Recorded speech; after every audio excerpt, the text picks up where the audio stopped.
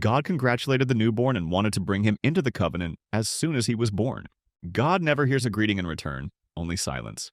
But he welcomed the child and offered to organize the entire ceremony because a bright future was waiting for that child.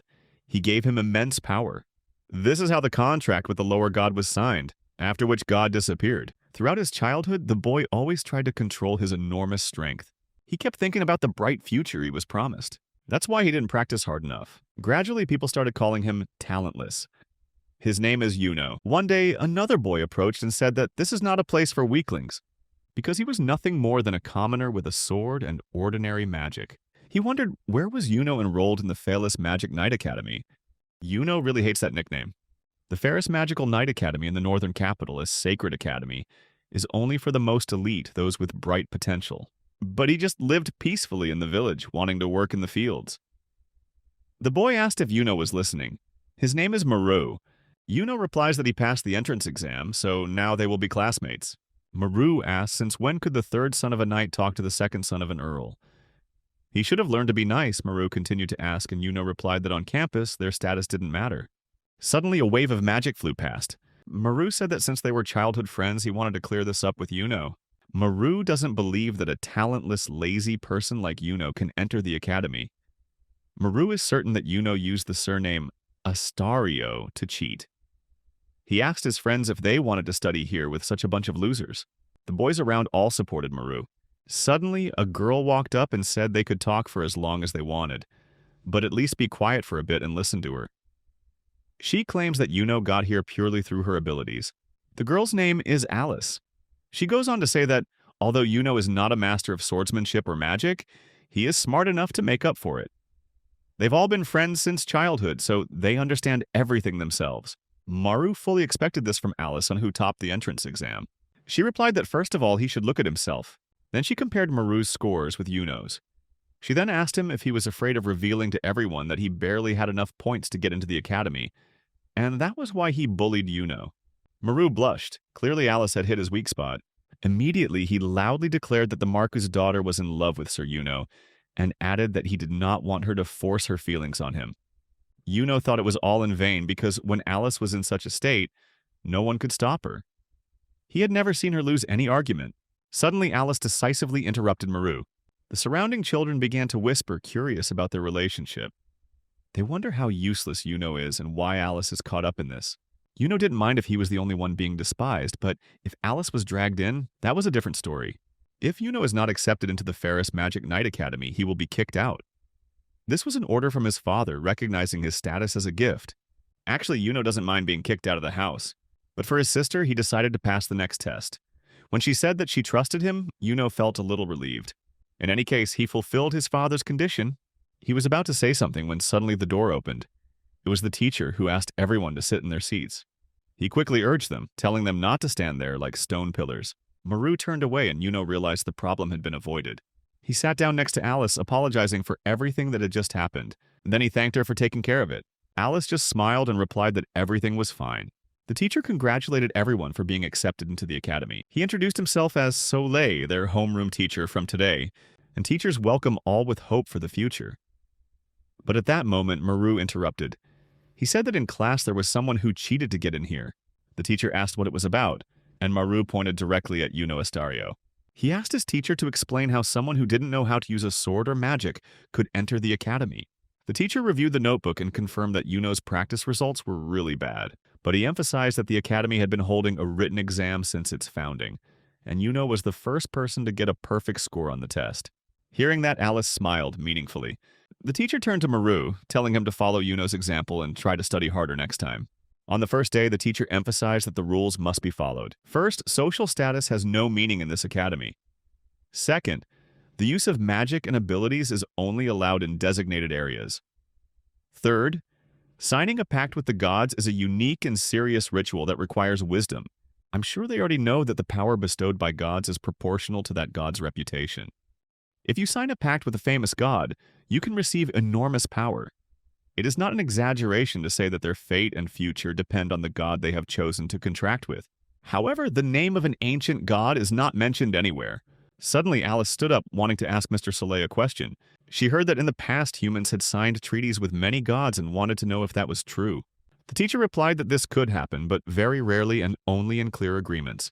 He thought it would be better for them to explain directly so that the students could understand better. The class was filled with excitement upon hearing this, but Yuno felt something was wrong. Alice believes that this scene is not necessary to watch.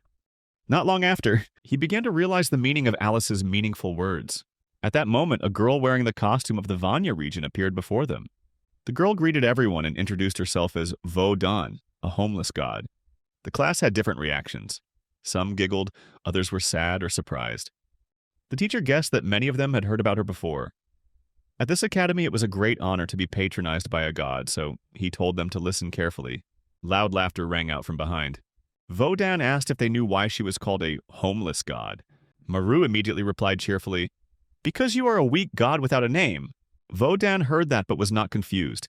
She declared that signing a pact with a god like her seemed pointless to them, but reminded them not to be fooled and to never sign pacts with homeless gods. She then tells a story about the rules that the gods must follow. First, a god must always appear when someone calls his name. Second, when a treaty is made with a god, any undesirable pact can be avoided by asking the god's name first. Immediately, Maru decided to ask her what her name was. She replied briefly that she did not have a name, and she said that this is a specific example. The homeless god seemed unable to give a clear answer. Yuno wondered what the hell was going on and what they were trying to prove here. Maru then stood up and asked if he were to make a pact with a homeless god. Would it be possible to give them a name? Vo Dan nodded, saying that it was possible. Maru, with a sly smile, offered to sign a treaty with her. Vo Dan lit up and asked if he really wanted to do that. She also asked how he wanted to change the treaty. Maru told her to kneel down and kiss his hand. The god asked again if he was sure since she had no name and the pact wouldn't be of much value. Maru then responded that she actually has a name. He claims that God of Failure is her real name, and Maru said that the name was perfect for her, there was no need to add anything else. He turned around and thanked her for the interesting pact exercise. The god, with a pale smile, replied that she was always willing to help. Yuno then seriously said that he wanted to stop all this bullying. Meanwhile, Maru continued to encourage his friends to try the same thing. However, according to ancient beliefs, humanity has no right to insult the gods in this way. Yuno then stood up, her eyes calm but filled with anger. He turned to Alice, asking if she knew about this before. Alice admitted that she knew and added that the unknown god here had never made a contract with anyone in the past 12 years. She advised him not to mess things up. If Yuno can sign a pact with the god at this academy, he will be recognized. But now is not the time, she insisted. Yuno looked at Alice and thanked her because she really understood him very well. That's natural because they are friends. Even though Alice tried to stop him, he still stepped forward. He faced Maru, asking him to get out of the way. Just as Maru turned around, Yuno suddenly threw a powerful punch into his stomach. Everyone around was stunned by Yuno's sudden action. Just a few seconds later, Maru collapsed to the floor, unconscious. Actually, Yuno is completely fine with being insulted. The god who called himself Zeus, he didn't understand why he gave him this power, this strength. He always thought it would bring a lot of trouble, so he hid his ability and accepted all insults. He bowed his head before the nameless god. But today, for the first time in his life, he wanted to use his power to help someone. The god didn't understand what was going on. At that moment, Yuno turned to the god, and he offered to conclude a treaty with her. He wanted to see her smile, that's why he acted like that. The boys around were surprised, not expecting Yuno to be serious, and had no intention of mocking her. Yuno held out his hand and asked if she would allow him to try. If a god's glory is proportional to their strength, then with his strength, he will enhance her glory. He just didn't want to see her sad face. Gradually, the god took Yuno's hand. He kissed her hand, and immediately they began to shine with a blinding light. The god shed a tear as light surrounded them. She smiled and asked him to give her a name. This was the face Yuno wanted to see. Yuno calls her Athena. That's her name. Her tears were no longer sadness. From that moment, Yuno decided to always protect her with the new name she adopted. Athena asked Yuno what his name was, and he replied, Yuno Astario. At this time, he began to act more seriously. The surrounding students turned around and whispered to each other. They talk about Yuno, who made a pact with a homeless god.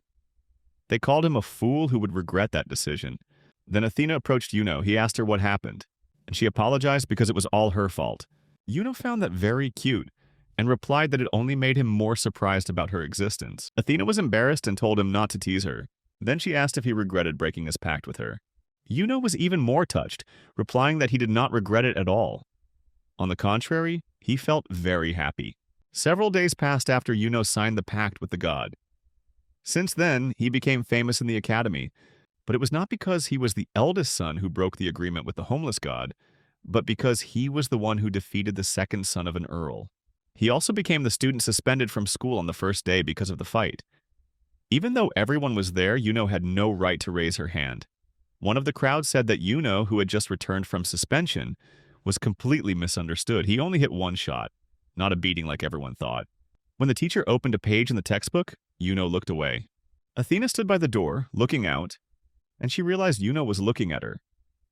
She smiled at him. Because now Yuno also has a pact. He waved back at her, smiling. At that time, Alice said that Yuno's face looked scary. However, she also said that she didn't think he was a bad person, just that he had made a pact with a homeless god. Alice warns that it's better to be wary of Moreau and his friends in case Yuno forgets. She reminds him that tomorrow afternoon they will have a strategic battle and can use this opportunity to get revenge. Yuno replied that he wasn't worried because he now had Athena by his side. Today, as he prepares his forces for tomorrow, he will show everyone what Athena has given. His main goal is to honor the homeless god of old, Athena, who was ridiculed for her uselessness. In this battle, he will prove everyone that they are wrong. One of the boons he received from Athena was spear mastery, which is the ability to master the use of spears. However, Yuno was also born with a powerful blessing from Zeus, granting him immense power, far beyond the capabilities of a mere mortal.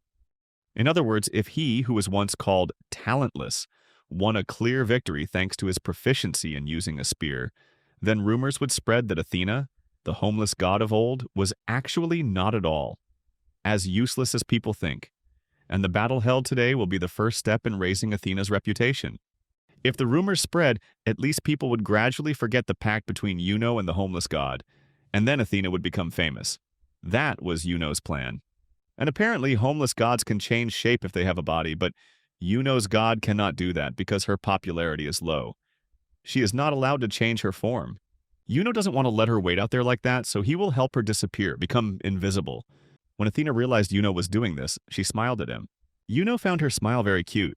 Suddenly, the teacher approached him, and seeing that Yuno was daydreaming for too long, he called Yuno into the office after class.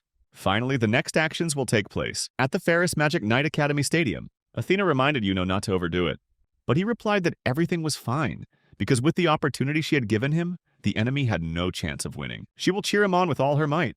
The teacher asked everyone to line up so he could explain the rules. Today will be their first combat training, and to avoid accidents, they will use wooden weapons. Additionally, in terms of magic, they are only allowed to use basic level spells. Each person can choose their opponent in a one-on-one battle, and if they don't want to, they can choose the teacher as their opponent instead. Yuno asks if Alice can take a break, if they suddenly have to confront each other. The teacher said that if anyone is ready, please step up. At that moment, Maru stood up and turned to Yuno. Maru challenges Yuno to a duel. The crowd was curious to see how the match would go, especially when it involved Yuno signing a pact with a homeless god. Even though they thought Yuno would fail for that reason, the two of them were already standing on the battlefield. Maru praises Yuno for his determination and says he is not a coward. Yuno responded, asking Maru not to underestimate him, who had signed a pact with a god. Maru just smirked, thinking that he could not be his opponent, because Yuno was a talentless person combined with a useless god. The teacher then raised his hand, starting the match between the two. Maru wished Yuno would endure pain, then immediately attacked him with a sharp wind attack. Alice yelled at Yuno to get away, for no matter how much power the gods gave him, the Brine family still possessed magical talent, and such a direct confrontation was too dangerous. Suddenly, Yuno unleashed magic from her spear. Maru didn't have time to realize what had just happened. He was about to attack again when Yuno suddenly rushed forward. Yuno raised his spear, preparing to deliver a fatal blow, and Yuno stabbed Maru in the stomach. That was the first time Yuno uses her powers at will. Everyone around was surprised when Maru suddenly failed. Maru hugged his stomach and knelt on the ground. Yuno looked at his hand. Then he regretted the decision he just made, because now he knew he could do anything if he wanted. He remembered the moment when he shot a beam of light straight at his sister. He nearly killed her in an unintended burst of power. Although he could control the power Zeus had given him, he did not know the limits of that power. However, right now, he thought about the joy of seeing Maru kneeling before him. Yuno thought about what he would do with this power once he learned how to use it. Athena admires Yuno and praises him, saying he is amazing. Looking at her, Yuno suddenly remembered something. Athena is with you, and he told her that the spear she gave him was the most wonderful, and with Athena by his side, he felt he was on the right path. Another student approached and told Yuno not to be arrogant. Yuno immediately got into a fighting stance, as he was prepared for this. He fought each student one by one without stopping, and eventually defeated a whole crowd of trainers who challenged him. Yuno worries if he's overdoing it, but then he came back, and he saw a god with shining eyes looking at him. The other students were surprised to see Yuno defeat dozens of people, and they began to think about signing a treaty with him. Yuno realized that he hadn't overdone it at all because today was the first step in Athena's new life. The next day, the entire academy was talking about Yuno's impressive victory in the matches, as he had expected. Now, all the students in the academy noticed Athena, calling her beautiful and cute. However, Yuno was the one who caused a bloodbath for his classmates. After that, Yuno started to be known as a sneaky bully. Even though people talk about a bloodbath, in reality, why wasn't there a single drop of blood in it? Athena asked Yuno to look at her, and she learned how to float in the air. Yuno congratulates her because now she has become famous, and then her power will also increase. However, behind his back, Yuno is insulted. Athena's reputation grew stronger within the academy, but at the same time, bad rumors about Yuno also continued to spread. However, now he has no reason to worry about that. Because of the goddess's smile, he can ignore some bad rumors. At this point, Alice stood up and told Yuno that they needed to go. He asked if they were dealing with something in the other room. Turns out he wasn't really paying attention to the teacher, because he just announced that today they will have a search for partners at the Ferris Academy for Girls Next Door. Yuno wondered what this search for a partner meant. Yuno goes to Ferris Girls Academy, a prestigious academy for young girls, mostly daughters of noble families. Students of the Ferris Magic Night Academy will come to protect the female students in this academy at night. This is just part of the academy's curriculum, which has become a tradition. Alice tells someone that they will decide if she will serve. Yuno then asks how they can serve the students of other academies. She replied that when they bring their partner, they will go together from and to the academy. And classes previously held as a whole class will now be held in pairs with students from the girls' academy. Yuno doesn't know about this. He wondered if he had really learned how to meet girls and asked how they decide the timing when choosing a partner. Alice said that through finding partners and established regulations, usually the search for a partner will take place at another girls' academy. They will date each other for a long enough period of time to ensure both parties are satisfied. The girls' academy students received information about themselves in advance, so they could choose who they would pair up with. In fact, the dates are quite passive, as the students have already chosen who they want to communicate with. Yuno said he couldn't wait, but when he reached the gate, he wondered if anyone would speak to him out of pity. Behind his back, there are all kinds of rumors about him. Athena asked Yuno if she thought badly of herself. Yuno was startled, but replied that everything was fine. He simply loved the buildings and sought a bride in Ferris Joe. Hearing this, Athena commented that it was very natural, because girls often preferred to marry a good man rather than a stranger. Yuno wondered if he wasn't chosen because of bad rumors about him. Would that be the case? Furthermore, in the arena there are usually a lot of girls. He turned around to leave but suddenly stopped, seemingly because the protective magic prevented him from walking. At this moment, Alice asked why he hesitated and grabbed him by the neck, pulling him towards the academy. A student immediately recognized Alice, who had just visited them. Alice greeted and said it's been a while. As expected from the daughter of Marquise Rose, one of the 4 strongest families, Alice said that she initially wanted to join. The girls asked Alice who was with her, and she introduced them to Yuno Astario and then to Athena, the goddess who had recently made a deal with Yuno. A short silence appeared between the girls and Yuno. Suddenly, all the girls rushed to Athena, showering her with countless compliments. Yuno completely ignored the situation because he felt very awkward. Alice will go find her friends. Yuno needs to continue building Athena's reputation, but first, he decides to chat with girls to improve his reputation. Seeing the 2 students, Yuno approached and said that the weather was beautiful today and he was happy to meet them. The 2 girls looked at him and guessed that he was a student at the Magic Night Academy. They guess Yuno is also a freshman and ask if he is looking for anyone. Yuno replied that he was just enjoying the surrounding atmosphere, and he asked if they had chosen any of the knights to communicate with. The 2 girls still haven't completely decided, but one of them said that if she had to choose, she would choose Miss Alice. However, a lot of people will fight over her, which is no surprise since she is very popular. Yuno hears rumors about a man named Mr. Crane, who is said to be the next choice after Alice, but their chances are not high either. Yuno didn't know this person's family, but he guessed they came from a famous family. Yuno then asked the girls about Yuno Astario. They immediately replied that he was not the right choice. Plus, there are rumors that he is very noisy, and they say he is the most useless member of the Astario family ever. Another student turned around and wanted to ask Yuno's name. She was also curious about his origin. She was about to introduce her name when she suddenly realized that Yuno was no longer there. He had disappeared. Yuno never thought she would be hated so much. He sat down near the door and waited, not expecting things to turn out this bad. Suddenly, he heard a loud voice outside the door. A girl was scolding her, saying that as the eldest daughter of the Marquise family, she was really disrespectful. Yuno had a feeling she shouldn't witness this scene. But he didn't understand what was going on, because the other three were clearly dominating the only girl standing alone. That girl stood alone, decided to step out one last time and ordered them to leave, as if they were a thorn in her side. The girl is ready to face death for what she has done, but looking forward to it. She says even if the whole crowd is there, they will fail, and asks if they really think they can assemble a group strong enough to fight her. The girl challenged them to try using magic on themselves. The older girl laughed, saying they would regret it. Then she started drawing magic circles with chalk on the floor. The family head's daughter asked them if they understood what they were doing, and the young girl replied, not expecting them to be so stupid. She said she would teach them a lesson, and while she is attacked by terrible monsters, she will regret ever daring to offend them. But before leaving, when everyone was getting ready to go out, Yuno was about to help the girl when suddenly the family head's daughter ordered the monsters to stop. She warned them that if they took another step, they would regret it. The monsters stopped and started to have unusual reactions. Then they looked at each other, but they still decided to attack the family head girl. She realized that everything had gone exactly as she had predicted. The girl reached out and pulled out the dagger and pressed it to her neck, determined not to let herself fall into their hands while she survived. Suddenly, Yuno rushed out and snatched the knife out of her hand. He descended to the ground in one swift movement. The family head girl was a bit surprised, but just a moment later the two monsters were stabbed and torn apart, all done by Yuno at breakneck speed. Yuno greeted the girl, saying he was just passing by. Yuno then returned the knife to her. The girl took the knife back and put it back in its sheath, thanking him for his help. Suddenly, Yuno turned around and decided to leave quickly. The girl asked if he wanted to introduce himself, but Yuno replied that he was not worthy to do so.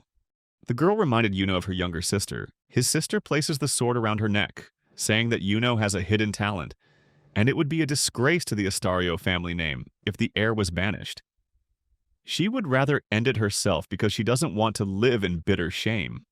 If his sister hadn't done so in the past, he wouldn't have been able to live a free life like he does now. Yuno's sixth instinct told him not to touch this girl. He thought he should leave quickly to avoid causing trouble. But suddenly the girl spoke Luna. Her name was Luna Flame. She introduced herself and then asked him if he was really quiet after she introduced her name. Yuno turned around, and he introduced himself as the second son of Count Brian Maru. He bowed his head and said it was nice to meet her. Yuno and Athena stood in the hall looking for partners. They had been coming to Ferris all week looking for companionship, but none of the girls had even greeted him, let alone approached. He felt like a vegetable left on the shelf. Athena comforted Yuno, telling him not to worry. She was sure someone would understand him. Yuno is truly amazing. Suddenly they heard a noise near Alice. A crowd of students gathered around her, wanting to become her knights. Athena was surprised by Alice's popularity. Yuno explains to Athena that Alice is one of the daughters of the 4 most powerful families and is the best in her class. If he were a girl at this academy, he would also choose her without hesitation. Alice apologizes to everyone, and she said she had decided who would be her companion. She had been this person's sword since childhood, and had trained to become strong for that purpose. Yuno didn't even know this and was surprised to hear her say that she had chosen someone. Alice then said that since they were looking for partners, she wanted to introduce her childhood friend, Yuno Astario. When she approached Yuno, the crowd immediately dispersed with no one else around. They looked at each other, and Alice just gently raised her finger, signaling him to just give up. It seemed that both Alice and Crame had their own companions. That's what Yuno heard from the students. Crame is approached by many girls, but Yuno is forgotten. No one pays attention. He thought he was the only one who felt that way, and felt very sad. He looked over at Maru, who was also sitting alone. Maru asked if no one approached Yuno. Yuno responds that all things considered, Maru is in the same situation. Maru immediately told him not to compare himself to him, because Maru only rejects normal girls because he's too famous. Yuno realizes that Maru is clearly lying, although in his case it may be true. Maru's family is good and his magic skills are fine. Maru then says that even people like Yuno, despite being vegetable, will also receive help if the search for a companion fails. Either way, they will be paired with someone in a similar condition. This system allows losers who don't have a princess to protect, to stay until graduation, quietly in the background. Yuno thought that it was okay if only his reputation was affected, but he was worried about what would happen if people found out that he had a contract with a goddess that he couldn't have. Get someone's attention. Yuno didn't want to dishonor the goddess like that. He wondered where Athena had gone, and soon he heard her voice. Athena is calling everyone to become Lord Yuno's princess. She said he was strong, very kind, and very cool. Athena tried her best. Yuno wondered why he had developed such laziness. He realized that he couldn't act like this anymore. He approached the goddess and also shouted for someone to accept him as a knight. He introduced himself as Yuno of the Astario family and asked to protect them until the end. Then a girl came up and asked if he remembered her. He recognizes her. Yuno apologizes for disappearing suddenly. The girl also apologized for the rude words she said at that time, because she didn't know Yuno was standing in front of her. Yuno replied that it was okay, and the girl was glad that he could forgive her. The girl introduced herself as Einstadt and began to be called Ein. The conversation went smoothly. Yuno decided to reintroduce herself to her and knelt down. Ein chose him to be her knight. As he started to stand up, the door behind him suddenly opened. Everyone in the hall turned to look at the person opening the door. And that is Luna Flame. Yuno immediately recognized her. He asked who Lonely Moon was because he only knew her name and didn't understand why everyone was so surprised. Luna carries the family name of one of the 4 strongest families and is the daughter of Marquise Flame. The fact that she appeared here is unbelievable. From the first day she arrived, Luna clearly stated that she would not participate in finding a partner, and she was also a loner, which made her appearance all the more unbelievable. Lonely Moon is still understandable, like the lonely moonlight overhead. The first 2 people to kneel before Luna were Alice, who welcomed Luna after a long time apart, and Crame Elrode, legitimate son of Count Elrode. Everyone is surprised to see that Alice and Crame have some sort of relationship with Luna. Alice came from the Rose family, one of the 4 strongest families, so it was no small matter for them to show such an attitude. Yuno also notices Crame, who once hurt him a lot. The Elrode family is a family famous for its courage, just like the Astario family. With an unsurprising face, Crame still attracts attention from girls. Luna, hello, Alice? And Alice asked her if she would change her mind when she entered the hall. Luna replies that she hasn't changed and still wants to be alone. However, since according to regulations, having a knight was mandatory instead of waiting for someone to choose her from an unknown place, she decided to make this decision herself. Alice immediately offered to stay close to Luna because, as promised, she had developed her abilities and now, in this room, she was the strongest. After that, Crame also started saying something, but was interrupted by Luna. She heard rumors about Alice. She says she has become stronger in class, and Luna praises Alice's achievements. Crame tried to reintroduce himself, but Luna interrupted and continued asking Alice if she was sure that she was the strongest person in this room. Alice asked Luna what she meant, and Luna replied that truly strong people never boast about their strength. Alice then asks who is the strongest, since Crame has been defeated 3 times already. Luna said that the strongest person is Maruburn, and she asked Alice if he was in her class. Maru was surprised by these words. Then Luna asked Maruburn to step out. He stood up and smiled tauntingly at Yuno. Maru approached Luna at her command, introducing himself as Count Burn's second son. Luna looked at Maru's smug expression. Then she apologized and asked who he was. Alice speaks up and says it's Maruburn. Luna immediately understood, and she asked Alice if she knew that this person was a student with black hair, an unattractive face, dull eyes, and an indecent expression. Alice understood and turned back to look at Yuno. Luna confirmed it was him. Alice immediately grabbed Yuno by the neck and dragged him in front of Luna, saying that his name was Yuno Astario. Luna decides to give Yuno a chance, and she told him to become her knight. Maru didn't understand what was going on and asked Luna, but she just told him he could leave, so why was he still standing there? Alice asked why Luna chose Yuno over her. Luna replied simply that she had her own reasons. Yuno felt curious and asked her about that reason. Maru was certain that there was a mistake here, as Yuno was only the 3rd son of the Astario family without any talent. Luna recalls rumors about a student causing a bloodbath during battles, and it becomes clear that person is Yuno. Maru immediately spoke up and explained that Yuno was the only one among the first-year students who still kept their agreement with the gods. But in reality, Yuno only has one ability, the proficiency with a spear. If you take away his spear, there will only be a mere mortal left, unable to use swords or magic. Yuno felt frustrated and asked Maru to stop saying these words. Luna then asked Maru if she took Yuno's dagger, would he become completely useless? Maru replied that it was true. Not even the goblin Yuno could do anything, as his proficiency with spears only worked while he was holding this weapon. For Luna, this is really interesting. She was eagerly awaiting Yuno's reaction to her offer to become a knight. The feeling of an aristocratic atmosphere and beauty emanating from her made Yuno feel new, and this reminds Yuno of when she was ready to commit suicide. Yuno feels she is too similar to her younger sister. Yuno felt that becoming Luna's knight would be a wrong decision, but he had no other choice. Suddenly, he looked at the goddess and realized this was his only chance. He apologized to Luna and said that he had decided to become this girl's knight, pointing at Athena. Yuno asked the goddess to help him convince Luna. Hearing that, Athena agreed. She greets Luna and says that she has decided to become Yuno's companion. Luna didn't recognize her, so she asked her which grade she was in, first grade or second grade. After thinking for a while, Athena answered that she was in first grade. This makes Luna feel strange because they only have students like flowers, birds, wind, and moon.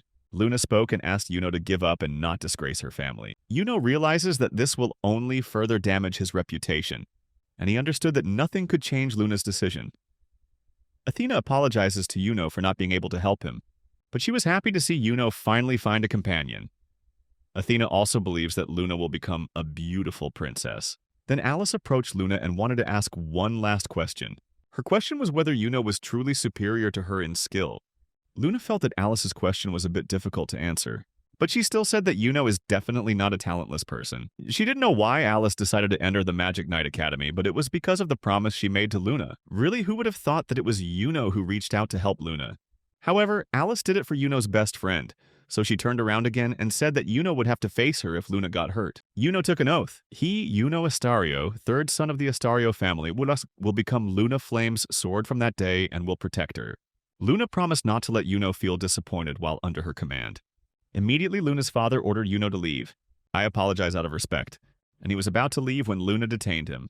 They were in Marquise Flame's mansion at the table of the head of the family, Mr. Argos Flame. Luna asked her father if he didn't say he would let her choose anyone to be her knight. Argos asked why she chose someone like Yuno, the son of the Astario family, which was nothing special. It is said that even Yuno's father, the former sword saint, considered him a joke in the family. Born into a fierce warrior family that once produced many sword saints, Yuno did not possess swordsmanship or magic, which was a great shame. Argos asks if Luna really thinks Yuno can become a knight. Luna replied that it was Yuno Astario who saved her life, and she asked her father what right he had to deny her benefactor. Argos did not believe her. Luna went on to say that Yuno also made a contract with the goddess Athena and achieved mastery over the spear, which once left the entire classroom bloody in practice battle. Argos looked at this story with skepticism, thinking that this might just be a false rumor. He mentioned Athena, whom he called the homeless goddess, unable to make a contract with anyone for 12 years. Argos sneered, saying everything was just madness. The fact that Yuno made a contract with an unnamed god proved that he did not have a bright future. He then turned to Yuno and declared that even if Yuno could convince his daughter, he would never accept Yuno as her knight. Finally, he ordered Yuno to leave the mansion immediately. Yuno, with all due respect, he turned towards Argos and said, although he was young and inexperienced, his skill with the spear was second to none. He offered to confront Argos, promising that he would be surprised by his abilities. Luna likes this idea and supports Yuno. She encouraged him. However, Argos believes that Yuno underestimated him. Still, Argos accepted the challenge to see if Yuno was truly worthy of saving his daughter's life. But instead of a direct confrontation, Argos decided to have Yuno fight his weakest servant. He declared that if Yuno defeated that person, he would recognize him as his daughter's knight. Luna wondered about Argos calling the servant the weakest, but he just remained silent, emphasizing his intentions. They gathered in the courtyard of the mansion. Luna warns Yuno that she will not accept complacency or failure from him. Yuno relied on instinct or observation. He realized that Luna had no doubts about how he actually saved her life. He agreed to enter the match. He told himself that this victory was not only for Luna, but also to honor the goddess Athena. Then a servant appears and apologizes for keeping Yuno waiting.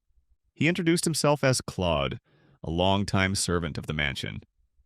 With a solemn tone, Claude said that he felt honored to duel with Yuno. He also expressed his joy upon hearing that Lady Luna had finally chosen her knight. At the same time, she emphasized that it proved that she had placed her trust in Yuno. Yuno looked at this older man, not wanting to actually confront him seriously, but he was still curious to see how strong Claude could be. Argos sits from the stands, ordering Claude not to use weapons.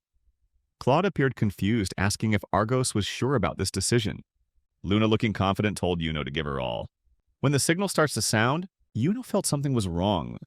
Claude, with a gentle smile, he advised Yuno not to think of him as just a weak old man. Before Yuno could react, Claude suddenly disappeared from his sight. In an instant, Claude appeared right behind Yuno, delivering a surprise attack. However, thanks to her quick reflexes, Yuno promptly dodged the attack. Claude didn't stop and continued to throw another attack, but this time, Yuno used his spear to block it. Although Claude was called the weakest, Yuno quickly realized that he was not simple. Argos was surprised to see Yuno successfully dodge twice, just as Luna had predicted. Yuno initially underestimated Claude, but now he decided to be more serious. Yuno rushed straight at Claude, but Claude quickly blocked it with his sword. The battle continues without mercy, and once again their weapons clashed fiercely. Claude asks Yuno who he really is and why he calls him incompetent. But even Yuno didn't know the answer. Instead, he responded with a question. Who called Claude the weakest? Argos suddenly spoke up and asked Claude what he was doing, and advised him to quickly end the battle. Meanwhile, Luna wished things would happen more slowly because the speed was so fast that she couldn't see anything clearly. Perhaps this will be a fateful battle for both of them. Yuno feels that everything is still not enough to evaluate the true strength, but he was more serious than ever. As Claude begins to counterattack, Yuno decides that this time he will take him down. Yuno swung his sword, but Claude suddenly appeared right behind. He tried to block the attack, but Claude threw a strong punch to the stomach, immediately followed by a powerful kick. Yuno thinks that he needs to be more serious than ever with others. Argos laughed and praised Claude while taunting him for wasting too much time playing with Yuno. Yuno wasn't sure, but he realized that he could control his power to the limit, even though he still didn't really know how to use it perfectly.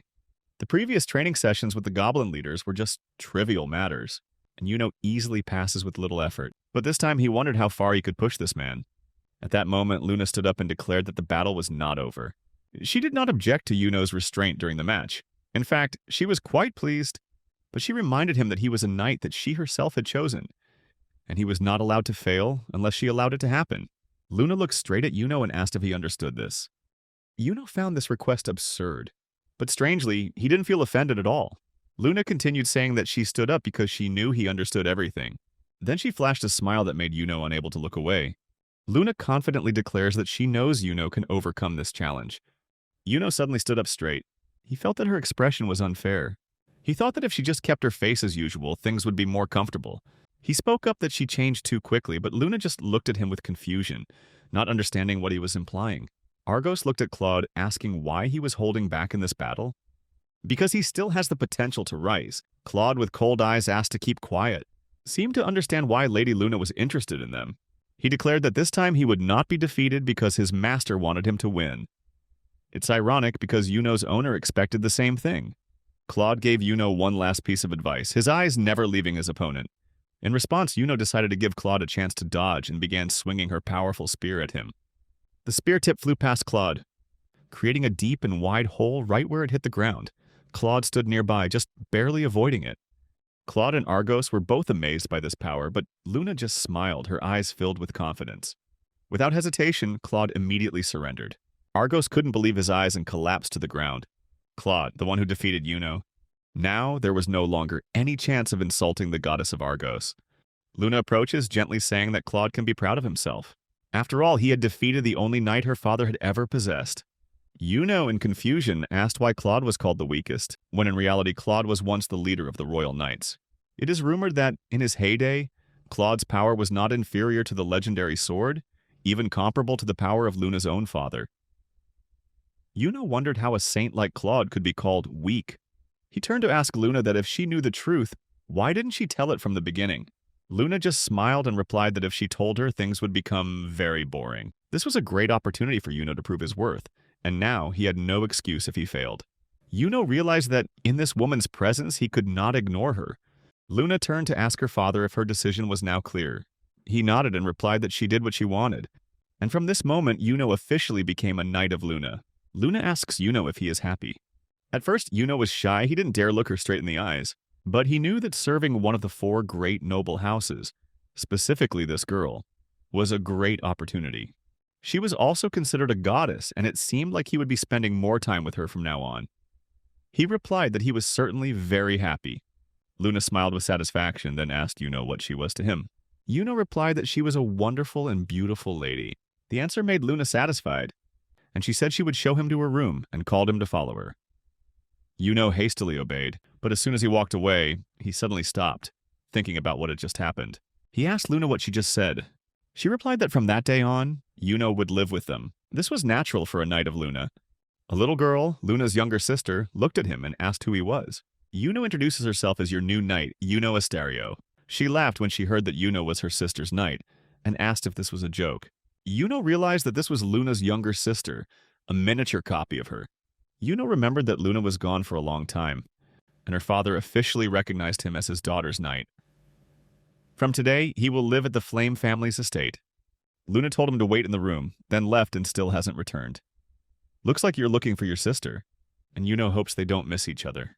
She still looked confused, although very adorable. Yuno couldn't help but imagine if Luna looked like that too. The girl apologized for making Yuno wait so long, then placed a glass of water on the table. Even though she was young, she knew how to welcome guests. Yuno had never served someone so young before, and he suddenly thought as she sat on his lap. After a moment of silence, the girl said that he had a strange aura. Even though it seemed strange, she didn't feel scared at all. Yuno didn't completely understand what she meant. I never thought I was scary. Then the girl stood up, held out her arms, and asked for a hug. Yuno was a bit confused. He didn't understand why she wanted that, but he still picked her up and she giggled. Inside, Yuno sighed. He thought he understood everything correctly. Suddenly, the little girl asked him to hug her longer. Yuno felt the need to get out of this situation because it would be bad if he got his head cut off because of this. Furthermore, he was the older one, so he apologized in his heart to Luna's sister. The girl then said that she revealed something to Luna. If he hadn't hugged her, she would have said that Yuno had confessed his feelings to a little girl like her. Yuno immediately hugged her tightly. He was scared by how scary this child was. The girl smiled sarcastically. The girl deliberately hugged him longer, making Yuno start to worry. He waved his hand, hoping that if Luna saw this scene, there wouldn't be any big problems. Suddenly, when Luna returned, the girl ran towards Luna, clearly showing her doubts, then smiled mischievously at Yuno. Yuno says that things are not as they seem. Luna asked what was standing there. And after Yuno gave her a glass of water, Luna just realized what her younger sister Eris had done. Eris still hadn't appeared in front of Yuno, so Luna asked her to come out and meet him. Just then, a girl appeared. She is the second daughter of the Flame family, Eris Flame. She was happy to meet Yuno. Even though she was adorable, Yuno couldn't let herself get caught up in these jokes again. Luna explained that she wasn't worried because she guessed what Eris was planning to do. However, she still felt surprised because Eris is usually very shy when meeting strangers. Even when her father tried to hug her, she just ran away with her tail curled between her legs. And she even considered her father a stranger. Yuno didn't understand what she was thinking. Yuno then asked Luna why he had to wait here. Luna smiled and said, "Wait a moment." At this moment, Athena looked on shyly. Both were happy to see each other. Suddenly, Eris rushed to hug Athena, praising her for being very beautiful. The little girl loved her soft skin and silky hair as she hugged the goddess. Luna said that she had heard from the servants that Athena was wandering around the grounds, so she took her with her, and was currently preparing a room for Athena. Yuno was surprised to hear that the goddess would also live here. Luna asked if Yuno wanted that or not. Actually, Yuno is very excited about this, because she is the one who helps him move forward. Luna confirmed her words and mentioned Lady Athena. At that moment, another person entered the room. That's Luna's mother. Yuno looked at her, then he immediately stood up and bowed. He introduces himself as the third son of the Asterio family, Yuno Asterio. The woman introduced herself as Marcus Flame's wife, Charlotte Flame, and simply called herself Charl. She was so beautiful that Yuno almost fell in love immediately. Rumors reached her that her husband was causing quite a bit of trouble, so she will definitely have to talk to him. Her voice was a bit threatening. At this moment, Yuno realized that this woman was probably the head of the family. However, Charlotte really didn't think that Luna would be able to find a knight of her own. Luna asks what's wrong with things happening like that, and Charlotte replied that everything was fine. She was just a little surprised. Eris, the little daughter, told Luna that this was unfair. She also wanted Yuno. Luna replied that it was impossible because Yuno was already hers. Eris immediately held Yuno's hand, and she firmly said that she liked him too. Even though she was so cute, Yuno still turned away. It's not surprising because she also likes him. After all, Luna was the one who chose Yuno as her knight, and it's no surprise that Eris was also fascinated. Charlotte suddenly remembered that she had always wanted to ask something. She turned to ask Athena if she was the same person everyone was talking about. Athena immediately stood up, bowed her head, and confirmed that it was so. Everything was as Luna said. She was a very beautiful goddess, and her goddess would be surprised to see her. Yuno thinks about his goddess, and he realized that Charlotte had also entered into a deal with a god. All of these are true. Her deal was with the goddess of love and beauty, Astaroth. Yuno immediately understood who she was. As soon as he met Charlotte, he knew she was mortal. But fortunately, she had entered into an agreement with a famous god. the goddess of beauty and love. Astaroth, a name everyone knows, is so famous that even Yuno has heard of it. Yuno wondered if he really knew her. Suddenly, he realized Athena was sitting trembling. He quickly grabbed her and asked what happened, but Athena only apologized to Yuno a few times without saying anything else. At that moment, a loud noise rang out from near the wall, and a hole appeared. It began to absorb the surrounding space. Yuno immediately asked everyone to stay away. He thought this was some kind of magic and was trying to understand the situation. Suddenly, he realized that things were not that simple. A female figure began to appear from the hole, and she asked what they were doing.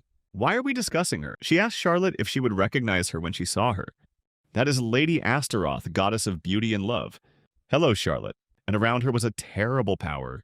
Astaroth steps down, saying he hasn't seen Charlotte in a while, and Astaroth asked how Charlotte was doing. They hadn't seen each other in 3 years since the last time. This is the shape of a goddess of beauty and love.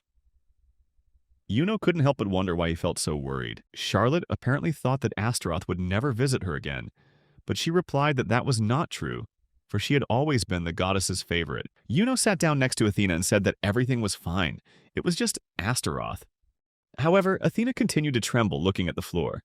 Suddenly, Astaroth approached and asked her who she was. Charlotte replied that it was the goddess Athena. Astaroth asked if this was the homeless young goddess everyone talked about, and who gave her name. Yuno replied that he was the one who named her. Hearing that, Astaroth moved closer and asked why Yuno called her Athena. Yuno admits that he doesn't know why he calls her Athena. Astaroth has a small question for Yuno. Looking at him, she asked who was sitting in his body. Yuno replied that he was the only one in there. Astaroth turned back, but Yuno still didn't understand what she wanted. What is she trying to convey? Astaroth thinks everything is boring, so she shot a powerful beam of light towards Yuno. Yuno did not lose his temper. He raised his leg, ready to kick at that ray of light. To do this, he will have to use all his strength. He kicked hard towards the beam of light, and the beam of light flew out the window. Charlotte asked if Astaroth did that, and Yuno immediately stood up, protecting Athena. Astaroth laughs and says that Yuno passed the test. Charlotte asked her what she meant by "get over it." Astaroth replied that she was not too surprised, because Yuno is her daughter's knight. However, she didn't know if he was really suitable for the role, so she came to test him directly. Luna then commented that Yuno was a wonderful knight, a man with eyes as bright as diamonds. Charlotte felt relieved, considered this an honor, and assumed the ordeal was over. She asked permission to leave because she had important things to do. Before leaving, she apologized to Charlotte, and she turned to Yuno Asterio again. She then stepped into the opening from which she had emerged. The first time he met the goddess Astaroth, Yuno was worried, but now he felt foolish for thinking like that. Athena apologizes for making Yuno worry. Astaroth only came to verify his strength, for he was a knight of Lun. Yuno is okay, and so is Athena. Those crazy thoughts really can't be true. At that moment, Yuno felt like she wasn't quite a goddess. A man was sitting in the lobby, looking bored. At this time, a space portal appeared in the room and commented that he always had an unpleasant and irritable face. The man asked Astaroth what he wanted. She replied that the divine dimensions were very far away, and she did not understand at all how he could sit here alone in this place. She felt so bored that she wanted to die. The man asked again why she came here. Astaroth says she has a question to ask. She asked him if he knew the nameless gods, gods without names, born in the world of files. They appeared at the same time as the gods descended to Earth, but maybe he's hiding something interesting from her. She asked if he was hiding these subtleties from her, and that was quite cruel. She added that as soon as she arrived here, she felt extremely depressed. You too sit here in boredom.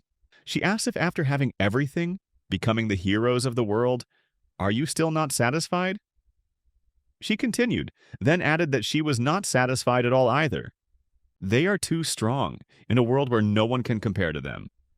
Depression was inevitable, and she almost went crazy because of it. She calls him Lucifer and asks if they are doing the same thing. Lucifer asked her to shut up and stop all this. Astaroth then shot a beam of light at Lucifer, but Lucifer simply caught the ray of light with his bare hands, protecting himself from that power. Astaroth had predicted this before because Lucifer was too powerful. However, in his own space, Lucifer reflected the beam and fired it back at Astaroth, directly hitting the target. Astaroth says that it's impossible to hit a woman in the face like that, adding that Lucifer has a terrible personality. Lucifer asks what's happening in the outside world. Astaroth replied that it was nothing special. Then Lucifer turned away, and Astaroth realized she was completely incomparable to the supreme god. Or maybe she should call him something else. She said that she named him Demon King Satan. After that, Satan simply left. Astaroth decided to find the answer himself, and she opened another space portal. Looking at Yuno, She finds him an interesting toy and plans to have a lot of fun with him. Just think, there is someone who can repel her attack. Astaroth has high hopes for Yuno Astario. Yuno can't find the book she needs. He remembered clearly that the god he called himself Zeus. And perhaps he was not an unknown god. Suddenly, Yuno felt a surge of power and tried to contain it. He felt a lot of pain in his chest because of this. Then he decided to find out why this wasn't a big deal. After all, he was born with an ability that was beyond human control, and that was what worried him the most. I was wished a happy birthday. As he pointed at the scary man, he began to cry. However, his mother just laughed at the child's dynamism. The old man told him not to be afraid of him. He wouldn't eat him. He asked him to do something, is to fulfill the covenant with him. He can give Yuno a portion of his power, and Yuno will be able to use that power without limitation. Zeus asked Yuno if he wanted this. And since things turned out that way, Yuno quickly agreed. Maybe he was in a hurry at that time, but it was too late to regret it. He was worried about something else. The man introduced himself as Zeus, but at that time the world had no documents about him. He entrusted everything else to Yuno. At that moment, Yuno noticed that the man's face looked very sad. Suddenly his father came and asked why Yuno was sitting among the books. Then his father told him to start practicing. His father's name is Moca Astario. Yuno apologizes to Moca and says he was just looking for something. Moca tells Yuno that he is incapable of using magic and is also inferior in how he can survive with the sword. He asks why Yuno hasn't learned anything yet. After a moment of silence, Yuno started to practice. He doesn't mind being called mediocre, a family failure, or other criticisms. I don't have time for those things. Right now, during the training session, he was chased by his big sister, Ray Astario, who praised his reflexes. Yuno asked her if it was possible to end this game. Ray asks why, since she is the youngest candidate for the position of Dream Master. Everyone has high hopes for her. Yuno suggested that she practice on her own instead of wasting time with him. But not because he didn't like it, but just because the sudden attacks on him caused his own power to begin to awaken. Ray then asked Yuno if he hates his sister. Yuno replied that it was not like that. Hearing that, she told him to prepare for the next round and took action. She asked if he can avoid this attack again. When Yuno dodged, she praised him for reading her movements perfectly. But at that moment, Yuno felt a pain come over him. As his sister had predicted, there was no doubt that he had a hidden talent. However, Yuno did not hear those words. He clutched his chest, feeling the pressure of the strength growing in his body. Ray tells him not to worry about what his father and the people in the village say. Yuno tried her best to endure the powerful energy rising within her. At that time, his hand began to accumulate strength. Ray says that he will definitely become a good knight and the pride of his family. Suddenly, a giant beam of light with incredible power rushed straight towards Ray. But Yuno was able to stand in front of her, protecting her from that energy flow. Ray knelt down speechless. She asked what just happened. Yuno asked if she was hurt. Ray smiled, realizing that Yuno had protected her sister. She began to hug him, thanking him for his actions. Even though Yuno was just correcting his mistake. But Ray ran to ask his father if he really wanted to kick Yuno out of the family. He replied that it was because in this Astario family there was no room for someone as insignificant as Yuno. Yuno just smiled, because I've been waiting for this moment for a long time. The expulsion from Astario's family, everything goes according to Yuno's plan. The invisible power he possesses can cause a terrible disaster. You're too dangerous to live with other people. However, the only thing he feels sorry for is his sister, who always cares and worries about him. When he stepped out of this house, Yuno was able to enjoy a peaceful life. But suddenly his father stood behind him and asked what Ray was doing. Yuno saw her pointing the sword at his neck. She claims that Yuno has hidden talent, and it would be a great shame if the Astario family sent him away. She would rather die than live with such humiliation. But his father replied that he also believed that Yuno was not lacking in talent, but he believed Ray's words. What about the results? It was all in vain. Yuno wasn't even trying. No matter what Ray said, his future had no chance of developing. His father continued saying, with the current situation, it would be difficult for him to even join the Ferris Magic Knight Academy, where their family had attended for generations. Does Ray really want him to be such a disappointment? Ray then asked if Yuno could enter Ferris Academy, what would happen? His father replied that if Yuno could get in there, he would not kick him out of the family. But if you fail and harm your family? Ray swore that he would take his life to make up for Astario's honor, then cut his hand and stamped the paper with blood. His father did not force her to say anything more, just told her not to expect mercy. Yuno wants to thank Ray for the victory, but she is very serious. He felt unable to accept his future being decided by someone else. He wasn't lying when he said he didn't want to go to Ferris Academy. You should have objected by now, but can't say that clearly. He said he never made any decisions for himself. And then suddenly Yuno woke up in the bedroom. He thought it was all just a dream. A comfortable bed and a spacious room, not unlike a stereo's house. Until now, he had just begun to face many problems. He had been a knight for a few days and could now live comfortably in the Flame Mansion. This house is much more spacious than his previous house. He is also happy because he now has his own room. Additionally, it was easier to get into the academies because the Flame Mansion was located in the same city, right in the territory's capital. But that's not the most important thing. What bothered him was the fact that the goddess lived right next to him. Before, they only met in the academy, but now, he could meet the goddess whenever he wanted. He had also heard that the goddess did not need to eat or sleep. She enjoyed life outside the academy, sitting in bed for the first time, eating new foods for the first time. He was extremely grateful to Luna for this. However, everything would be great if there wasn't one problem. Eris, Luna's younger sister, was sleeping next to him. She is really cute, but only if she doesn't say anything. Eris also woke up and asked if Yuno had left yet. He replied that everything was fine. It was time for him to go to the academy. Before he could remember, his room had turned into Eris's playground with no privacy left. Eris asked if Luna is more important than her. Yuno thought she was cute, but he quickly restrained himself. Yuno knelt down. He replied that he treated them the same, and of course also complimented her. Eris then asked again if Yuno loves her. I don't understand what this girl is thinking. But he replied that it was all true, and Eris said that she did not like half-hearted answers. She asked again if he loved her. Yuno sighed, replying that yes, he loved her. As soon as he confessed his heart to the devil in angel form, it was all over for him. Suddenly, Eris began to gather words and sounds around her. Yuno asked her what she was doing, but she immediately flipped the switch. Yuno's loud words echoed throughout the entire mansion. He exclaimed that Eris was very important to him, and that he loves her. Everyone in the villa heard it. Even his father, who was outside with Claude, heard everything. Claude said that it was a very high-quality magical sound. Perhaps that's why his daughter called him a genius. Argo suddenly burst into the room through the window, asking what Yuno was doing with his daughter. He said that Yuno not only extended her dirty hands to Luna, but also to Eris. Argos tells Yuno to get ready. Suddenly, Athena looked at him from outside the window. Yuno saw the goddess, she smiled at him, but Argos told him that if he didn't understand, he should prepare for death. Now there's only one person who can save him from his grave. At that moment, Luna entered the room. She sighed and told him to come with her. Yuno happily followed his master's orders. Before coming to the academy, he never believed that he would look forward to breakfast. The three of them left, Yuno, Luna, and Athena. Now, that is his daily life. An ordinary day, while other scientists looked up at Luna with admiration. Luna Flame is the eldest daughter of one of the 4 noble families. She won first place in the Fairest Daughters Academy entrance exam, and soon she captured the hearts of all the prestigious academies, being called the Empress. The more Yuno looked at the crowd, the clearer it became that Luna was the real ruler. However, it is also true that she faced attacks from students jealous of her popularity. Famous people always encounter many problems. Suddenly, Athena approached Yuno.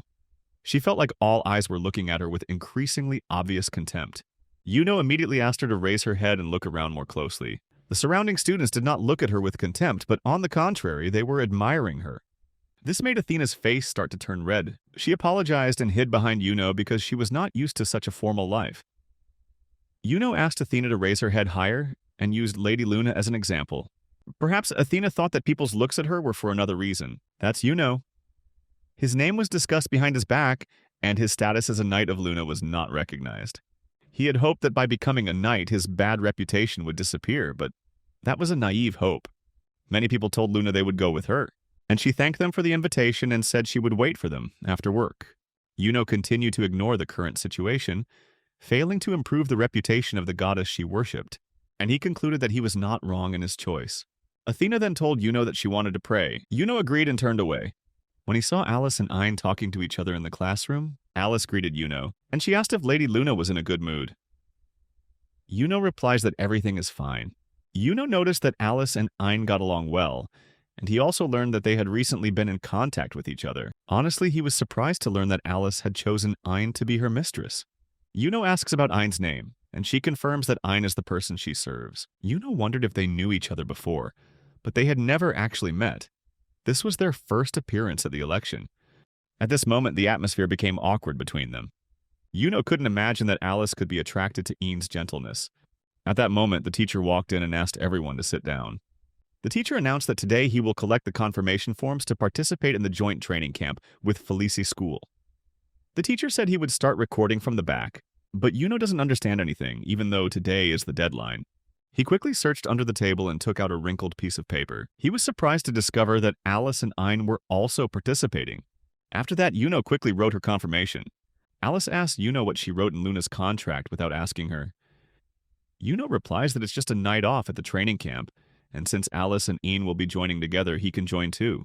But Alice said that she didn't know what kind of training camp Yuno imagined.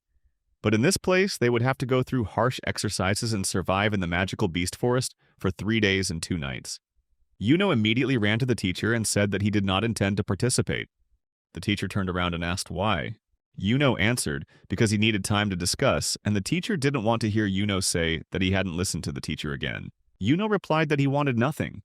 Later, at the mansion, Yuno apologizes to Luna. But Luna did not object.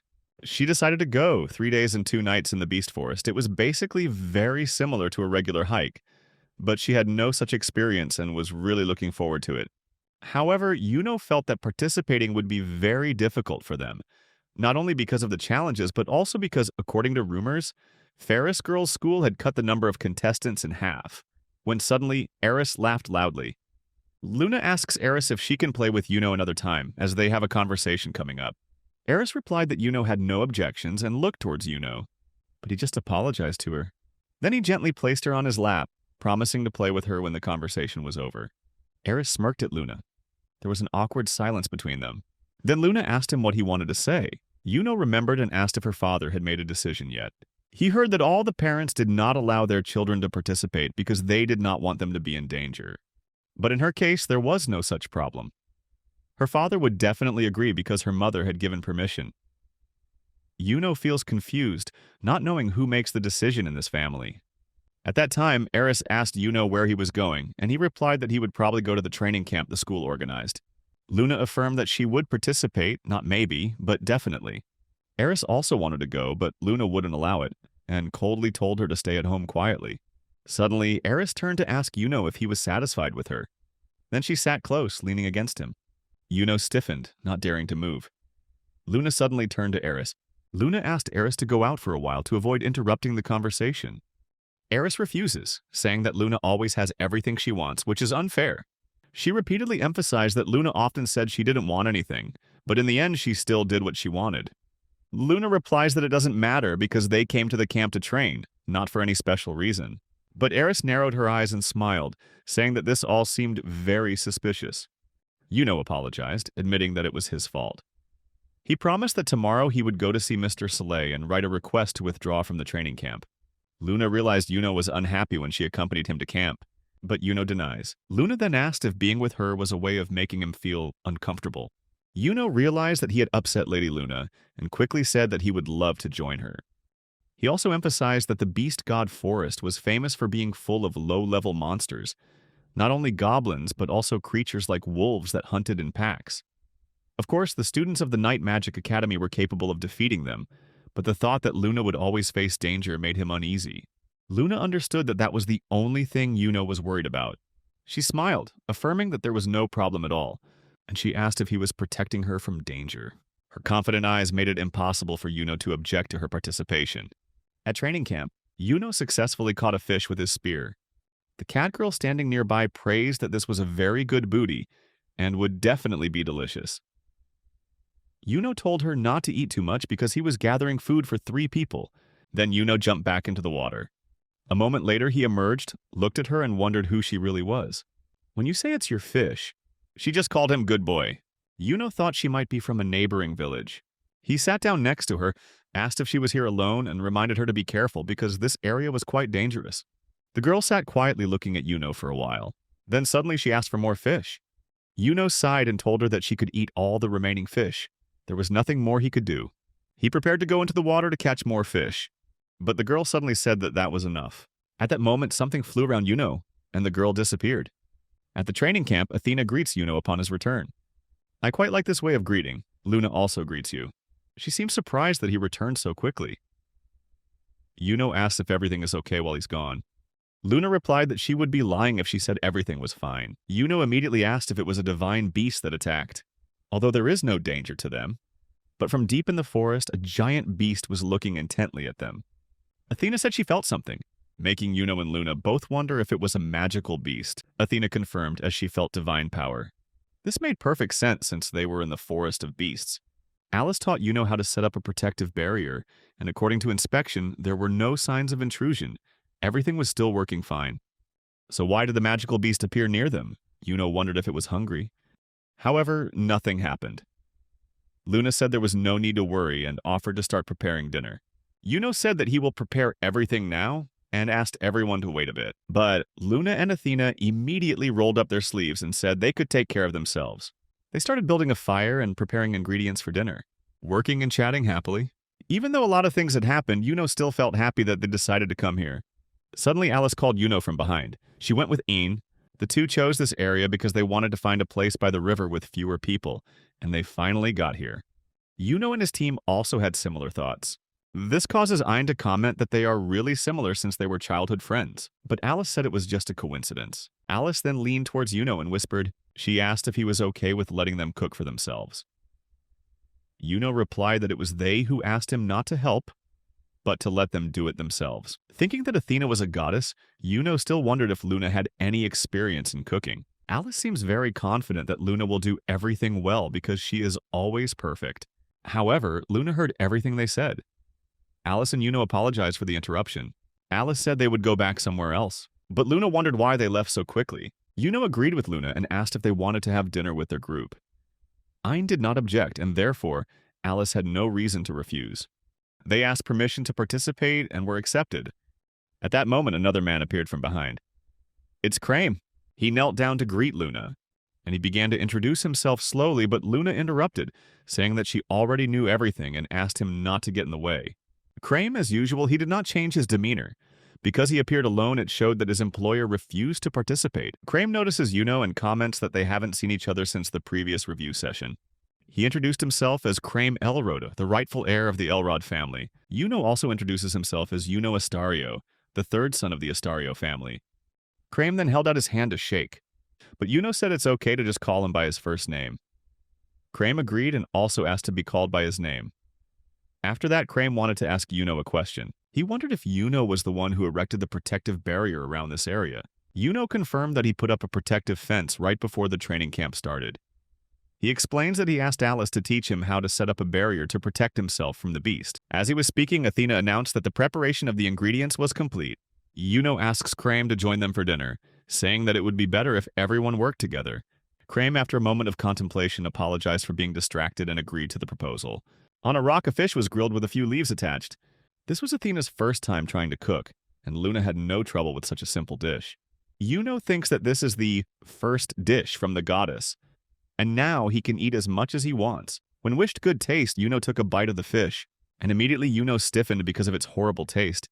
He wondered why the food was so bad. On the contrary, Crame praised the dish, saying it had a gentle bitterness with a delicate balance of salt, ideal for relieving fatigue. When Athena and Luna asked Yuno what she thought of the dish, he was forced to echo Crame's praise, saying the dish had delicate flavors, mild bitterness, and the perfect balance of salt, ideal for relieving fatigue. Both Athena and Luna were happy to hear Yuno compliment the dish. They were also about to eat, but Yuno looked into Crame's eyes and as if read his mind. The two began to devour all the remaining fish. They kept praising how delicious the food was, that it was irresistible. Then they apologized and said they would go catch more fish. Then they quickly left. Athena and Luna feel happy that their dish is so popular. Meanwhile, at the hot springs, Yuno thanks Crame for helping him handle the awkward situation. Suddenly, Yuno heard Athena and Ein talking about the history of the hot springs. There were girls' voices behind the fence. Yuno told himself to calm down and stop thinking nonsense, but the idea flashed in his mind to concentrate his magic to see through the barrier. At that moment, Crame turned to ask Yuno that Yuno gets along with Luna. Yuno replies that maybe so, at least Luna hasn't fired him yet. Hearing that, Crame expressed jealousy. Crame admitted that this even made him feel uncomfortable. Yuno directly asked Crame if he was in love with Luna. Crame replied that he was not entirely sure. Up until now, he always thought these feelings were just admiration. Crame said that since childhood he admired Luna, and he always wanted her to acknowledge his strength. That's why he tried so hard. However, he wanted to make one thing clear to Yuno. Why does Yuno pretend to be weak? Yuno asks why Crame thinks like that. Crane explains that he heard that the goddess Athena only gave Yuno the skill to use a spear. But on the contrary, Yuno can alone erect a protective barrier on the sacred land. This needs to be explained. Yuno replied that he was simply following what Alice taught about setting up the fence. But Crane is not easily convinced, saying that only high-level magic can be used on Holy Lands. Therefore, he found it difficult to believe that a person considered powerless could easily erect such a fence. Crane also commented that out of all of them, only Alice was the one who possessed this type of magic, and that's why she smiled at that moment. Crane admits that he has long wondered why Luna chose Yuno. Now he realized that Luna had noticed the hidden power in Yuno. Yuno smiled and said that maybe that was true. Crane further asked that if that was the case, why would Yuno lower himself? Yuno replied that although he was not necessarily helpless, he never pretended to be weak. He also affirmed that in the future he has no intention of hiding his strength anymore. In fact, Yuno had hidden his powers before because he was afraid that if he relaxed for even a second, he would hurt others. However, he noticed that bad rumors began to spread about him. Up until now, he had never had the goal of becoming a hero. I just tried to restrain my power. But now everything is different. He had a clear reason to use the power. That is to help Goddess Athena become stronger. This is the path he chose for himself. Crane noticed Yuno's determined and unrealistic gaze, and at that moment Crane understood everything. He just sighed in relief. Because now, like Yuno, Crane also has a reason to make an effort. Suddenly, Crane stood up from the hot spring. Yuno asked him why he changed his attitude like that. Crane has a single request. He wanted Yuno to duel with him. After thinking about the challenge, Yuno recalls that during the entrance exam, Crane Elrode was only behind Alice in scores, ranking second. However, Crane's abilities do not exceed the strength of a butler in the Flamehouse family. Realistically speaking, this match seems pointless for Yuno. Yuno remembered Crane's words when he admitted that he really wanted Luna to acknowledge his strength. Yuno feels that he needs to respond to Crane's challenge. After that, he decided to rest a bit to prepare until the appointment time. Athena lay next to Yuno, making him feel uncomfortable. He rolled to the side so he wouldn't have to look at her, but on the other side is Luna. He rolled back again. He tried to calm down but could not ease the anxiety in his heart. He wondered why he was so nervous. This is not the first time he has slept in the same bed with girls. I used to sleep with my sister, although perhaps that doesn't count for much. He thought then looked at Luna. He wondered why girls smelled so good. He looked into her closed eyes. Then his eyes stopped at the lower part of her face. His gaze then fell to her collarbone. Finally, he decided to get out of bed, even though it was a bit early, and he felt the need to go out to avoid his chaotic thoughts. He took his spear and went out. Suddenly, Luna asked him where he was going. Yuno simply replied that he had a job to do. Hearing that, Luna just turned around and asked him to return quickly. It turned out she hadn't slept the whole time. Yuno wondered if she realized he had been staring at her. He walked along the river and suddenly saw Crane sitting on a rock. Crane arrived quite early and Yuno asked if he had been waiting for him. Crane replied that no, because he just wanted to see the moon. He asked if they could start. Yuno asked about the rules of the match, and Crane explains that they will fight until one of them gives up. Yuno agrees to this rule. But then he asked Crane if he was strong. Crane is certain that Yuno is a powerful warrior. It's just that he feels there's something strange about this match. Both stood up straight, preparing for the match. Crane immediately rushed towards Yuno to attack, but he stopped immediately when Yuno placed the spear against his neck. Yuno stopped him for just a moment. This was the first time Yuno was able to kill him. Crane took a step back and swung his sword, but when he turned around, Yuno was behind him. Yuno placed the spear on the back of Crane's neck a second time. Yuno asked why Crane doesn't use magic. Crane replied that he didn't know why he didn't use magic, and Crane told Yuno that he should not hold back, but should attack, because he hasn't admitted defeat yet. Yuno agrees with Crane and warns him that he will attack. In the blink of an eye, Yuno was past Crane, aiming the spear from many different angles around his neck, marking Crane's third loss. Crane fell to his knees in defeat. He realized everything and admitted defeat to Yuno. He asked Yuno if he will continue to hide his powers. Maybe he really should hide his power. Crane said that Yuno's humility only made him feel his magic for a moment. The divine spear that Goddess Athena gave to Yuno has outstanding power, surpassing his strength many times over. Crane added that Yuno's power is almost inexplicable, and now he felt even more afraid of Luna for she immediately recognized the power hidden within him. Yuno knows about this. He understood that his power was limitless and beyond measure, something that no one could understand as clearly as he did. Therefore, he only used a small portion of his power, and Yuno extended his hand to shake hands with Crane. He said that was enough. Meanwhile, in the sky, Astaroth, queen of the monsters, chuckled. Finally, she gathered all the monsters together and asked them to listen. She asked if they would listen to her. The monsters looked at her tremblingly, and she asked why they were ignoring her. A wave exploded around her, hitting many monsters. She said that it was not good to ignore her because they were insulting her in this way. Astaroth decided to repeat it once more. She had a small request and asked the monsters if they were willing to do it. Meanwhile, the teacher was sitting near the fire when he suddenly heard a roar from afar. Crame asked Yuno if he wanted to join the school's board of directors. Each year, the 3 best students will be selected, and from that number, new enrollees will be selected. Crame says that he and Alice were chosen in advance. And Yuno becomes curious about how they will choose the 3rd person next month. A competency contest will be held, and the winner will join the executive board. With Yuno's power, he would be a great candidate, almost certainly becoming the face of their academy. And he has nothing to lose by participating. Yuno felt this was a good opportunity to honor his goddess, and he thanked Crame for his kind words. However, just then, a loud noise rang out from the forest. Yuno felt a very familiar feeling. He couldn't believe this was real. A huge army of monsters has occupied this forest, and a giant beast sat on the mountain. It calls everyone idiots. The teacher warns the students that an unexpected event has occurred in the forest of divine beasts, and the teacher asks them to pay attention to safety and quickly gather at the center of the forest. The teacher started repeating the announcement, and immediately Alice ran towards Yuno and Crame. She asked what they were doing there and told them to quickly join the others. Crame wondered what was happening around. Alice replied that it was an army of crazy monsters. A crowd of angry monsters was heading straight towards them. The monsters ran like crazy towards the camp. Yuno, Alice, and Crame also rushed towards that direction. There can be no mistake in this situation. Yuno senses the evil power, and he knew for sure it was the magic of the goddess Astaroth. Astaroth is waiting. She wants to see how Yuno will perform this time. Yuno and the others destroyed the monsters along the way, but only a small part of it. A large army is gradually appearing. They reach the central point of the forest where the goddess, Luna, and the rest were. Thanks to the shield the teacher created, they were temporarily safe. Suddenly, something fell from above, hitting the shield. It was Astaroth who stopped the falling object. Astaroth greeted Fenrir, master of the forest, quite fiercely. She said they hadn't seen each other in a while, and she asked how Fenrir was doing. But Fenrir only opened his mouth. Fenrir attacked Astaroth, and he clenched his jaw. But Astaroth was able to dodge the attack. Seeing that, Fenrir tried to attack her with a punch. Fenrir said that before she appeared, he was living very well. Astaroth laughed and told him not to look at her like that. Otherwise, she will feel even more interested. The disciples at the central point witnessed this scene, including Luna and Athena. Yuno's group also ran up to them. Yuno is happy that everyone is okay. 2 rays of light flashed behind Athena, and they made Yuno feel familiar.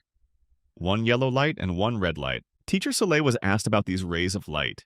Based on information from the observation team, the teacher said this was a battle between the goddess Astaroth and the forest god Fenrir. Everything happened exactly as Yuno predicted. That's why the monster army appeared. They attacked the shield. When Yuno called the teacher, Soleil said not to worry, because it was reported that the Royal Knightly Army had been dispatched to assist, and they would be bringing the holy sword Reastario with them. Yuno is surprised by this news while the rest are happy. Yuno couldn't believe that this was such a serious threat that it required the holy sword. Astaroth said that Fenrir could not be trained. He bared his teeth at her. Even wild dogs were smarter. Fenrir told her to stop barking, calling her a fake. Astaroth replied that it was her right, and she shot out a ray of light, telling him to keep barking loudly. Fenrir was able to dodge the beam of light, but immediately Astaroth sent another powerful beam of light, causing Fenrir to be thrown away. Fenrir slid on the ground and then flew into the air. Astaroth called him stubborn. It was no coincidence that he was called the Devourer of Gods. But he couldn't stop her. All the students standing around supported Astaroth. They wanted her to destroy Fenrir and crush him. This world is ruled by faith and war. The more people believe in gods, the greater their power. Fenrir understood this well. Astaroth asked if he heard human voices. There was no one on his side. Yuno asked what this means. Mr. Soleil replied that everything here is very clear. Goddess Astaroth is a hero among the gods. Yuno was about to say something about Fenrir, but then stopped. When I think for a moment, he realized they might be right. Goddess Astaroth is the hero who saved the world from the evil Satan and stopped Fenrir, who summoned the monsters. Astaroth came to help. Nothing strange. He laughed a little, mocking himself. Was he really trying to refute such an ideal scenario? In fact, it seemed he had had similar feelings when he met that homeless goddess. Maybe he was wrong then. He remembered the goddess asked him to say his name. That is impossible, absolutely impossible.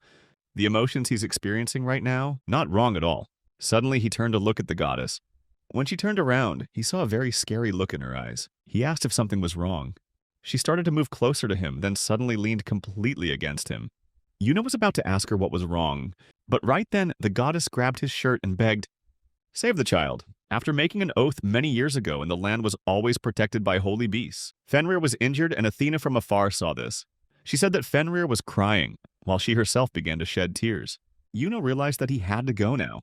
He looked towards Mr. Soleil. The student said that with such trials, his magical power would quickly run out. The monster army is approaching. Cramy suggests that Alice should help him. Suddenly, Luna told Yuno that he had to go. Yuno is still confused because there are so many monsters, but Luna said he would manage. He looked straight into her eyes, and he understood Lady Moon's orders. Suddenly, Athena stopped him. She apologized for saying those words so suddenly. Yuno reassured the goddess, telling her not to worry. He will stop Astaroth and return. Athena says it is impossible, as a mortal cannot control her. But Yuno replied that he could do it. With the power she gave him, he would do anything for his goddess, even if that means defeating a god. On the protective wall, the atmosphere was suffocatingly tense. A battle between two gods like from a fairy tale. At the royal watchtower, one of the guards asked how Fenrir, the guardian of the forest who had protected the forest for so long, could be so crazy. Another replied that the gods had changed. They no longer cared about promising children. However, Fenrir's purpose remains unclear. However, in some ancient stories, Fenrir is depicted as a terrible, evil god who gathered enormous power by devouring gods and eventually tried to devour the world with his mouth. His giant, a true monster. Perhaps there is no point in asking about the reasons for these evil intentions. Furthermore, the gods worshipped by the royal family and those in power believed that Fenrir might pose a threat to them in the future. Somehow, Fenrir will fall one day, because today's battle involved the heroic goddess Astaroth, who saved the world. And for that reason, Fenrir will become the enemy of all humanity. Alice asked Luna why she let Yuno go. Luna replied that there was no reason to stop him. She thought about it too, and the truth was, she couldn't stop him. She didn't even try to stop it. Yuno says he has to go. This was the second time she saw those eyes. Often he acts stupid and it feels like he's just an idiot. But when he looked at her with determined eyes, she saw a real man in him. The first time she saw that look was when Yuno made an oath to the goddess Athena. She looked at Athena. Luna said you'll be back. After all, she hadn't ordered him to die. Alice looked up at Luna. She also wanted to believe in Yuno. Mero tells Alice that there is nothing that can be done since Yuno is gone. Even someone like Yuno would never think of seeking death. He will definitely realize his weakness and turn back. Macros said he really didn't know what would happen. Crame tells Alice to rest a bit and says that Mero is right. Yuno will come back unscathed and will definitely cope. Alice asked if they couldn't say it so easily. She asked if they understood. Yuno was going straight into the most dangerous part of the battle. Then she realized what she had just said. She realized that it was useless and she could not act calmly. Now they have to worry as much as you. Crame thinks that Alice is right. Perhaps if he never knew Yuno, he would consider Yuno's recklessness foolish and even begin to despise him. However, now everything is different. Crame had no confirmation of those words, but he was certain that Yuno would come back alive. At least his intuition said so. Yuno found himself standing at a crossroads, and if he made the wrong choice now, things could end badly. He had a vague premonition, sat down and waited for the right moment. He realized he was worried. It may take some time before the monster army breaks through the shield. He wondered if deep down he was truly afraid for his goddess, Luna, and the others he had left behind. Crame also told him to go, and he promised to stay and protect the goddess and his master, even if it cost him his life. Yuno understood that everything would be fine because Crame had promised him, and his eyes did not lie. Furthermore, although all the others are still children, in the future they will become promising elites. And very soon the royal knights will arrive along with his sister. No need to worry. But then why did something inside him tremble? Yuno wondered. He clapped his hands hard against his face. First, he must calm down and concentrate his thoughts. His goal is to save Fenrir, and he must do it at all costs. But what do you need to do to achieve that? One thing is very clear to me. That is, he will have to kill the goddess Astaroth. But if you do so, what will happen next? He wondered. He already had a bad reputation, and if he killed Astaroth, he would fall to the bottom of society. And in the worst-case scenario, his family will perish. What will his sister think? Just thinking about it gave him chills. Then he shook his head. Since when did you become so confident? As if he could actually do that. Kill Astaroth at any time. However, this is a good opportunity. He would test his strength, see how strong it was and how far he could go. Astaroth asked Fenrir if he felt uneasy yet. The intensity of the battle had weakened, and she felt bored. And in this case, she decided to end this childish game. Yuno realized that this was the moment. He immediately rushed towards them at lightning speed. He would save Fenrir. He would definitely have enough time to do it. The students saw another light appear in the sky. Observers also saw a strange glowing object, predicting that a third force would intervene in the battle. They don't understand what's going on in this forest. The observer through the telescope saw huge power. And Crane wonders who Yuno is. This is truly beyond my understanding. Luna smiled when she saw the beautiful blue color. But Yuno really has taste. Astaroth is surprised to see Yuno and asks him what he is doing there. When Yuno grabbed her head, Fenrir asked the boy what he intended to do. Yuno asked the goddess to give way a bit, and immediately Yuno slammed her to the ground with all his strength. Blue light collides with red light, creating a powerful explosion. The teacher acknowledged the situation and asked what was going on. I just received information from the reconnaissance team. It seemed that due to the great speed, they could not detect the object. But they said that the blue light was stronger than Fenrir, the guardian of the forest, and that this power could even be equal to the power of the goddess Astaroth. However, this has not yet been confirmed. One thing that can be confirmed is that an unknown god intervened in the battle with the goddess Astaroth. Astaroth asked Yuno if he really wants to see her that much. The students were surprised to learn that the third god had met with Astaroth, and perhaps they were witnessing the emergence of a new legend. Alice whispered a prayer for Yuno's safe return. Suddenly, a noise rang out. The main army of monsters has arrived. Astaroth said that she also wanted to meet Yuno, just like he met her. From that moment, she only thought about him. But then she added that there was no need to worry too much. Astaroth asks Yuno if he doesn't have more important things to do. She then reminded that the students and teachers certainly couldn't stop the entire monster army alone. Alice immediately chanted a holy spell, creating a sacred shield, and a new barrier layer is formed on the teacher's protective layer. If she superimposes her magic on the teacher's class, the shield will be stronger. The monsters began to eat away at their protection. Soon a crowd of monsters will attack her comrades. But all this was because Astaroth had agitated her, and that's why Yuno is here to stop her. Astaroth said that Yuno was wrong, for it was the will of fate. Fenrir provoked the monsters to attack, and Yuno, with his power, successfully stopped them, becoming a hero. And tonight, Yuno will become a true god, she said. But Yuno felt scared, so he came to her for help, right? But that's not the case. He came to stop the cruel actions of the goddess Astaroth, to fulfill the wishes of the goddess he worshipped. Astaroth asked him if he was nervous, if he was so scared that his legs were shaking. But everything was okay because she was with him. Yuno realized why he felt uneasy. He agreed with her, calling Astaroth Dear Goddess. Astaroth's clothes began to dissolve, and when she was completely naked, she told Yuno to come closer, promising to give him courage. She hugged him tightly, whispering that he could do anything to her, because right now she belongs completely to him. She added that there was no need to hold back, as it would be their secret. Yuno suddenly called out the name of the goddess Astaroth, then suddenly said that he liked bigger breasts.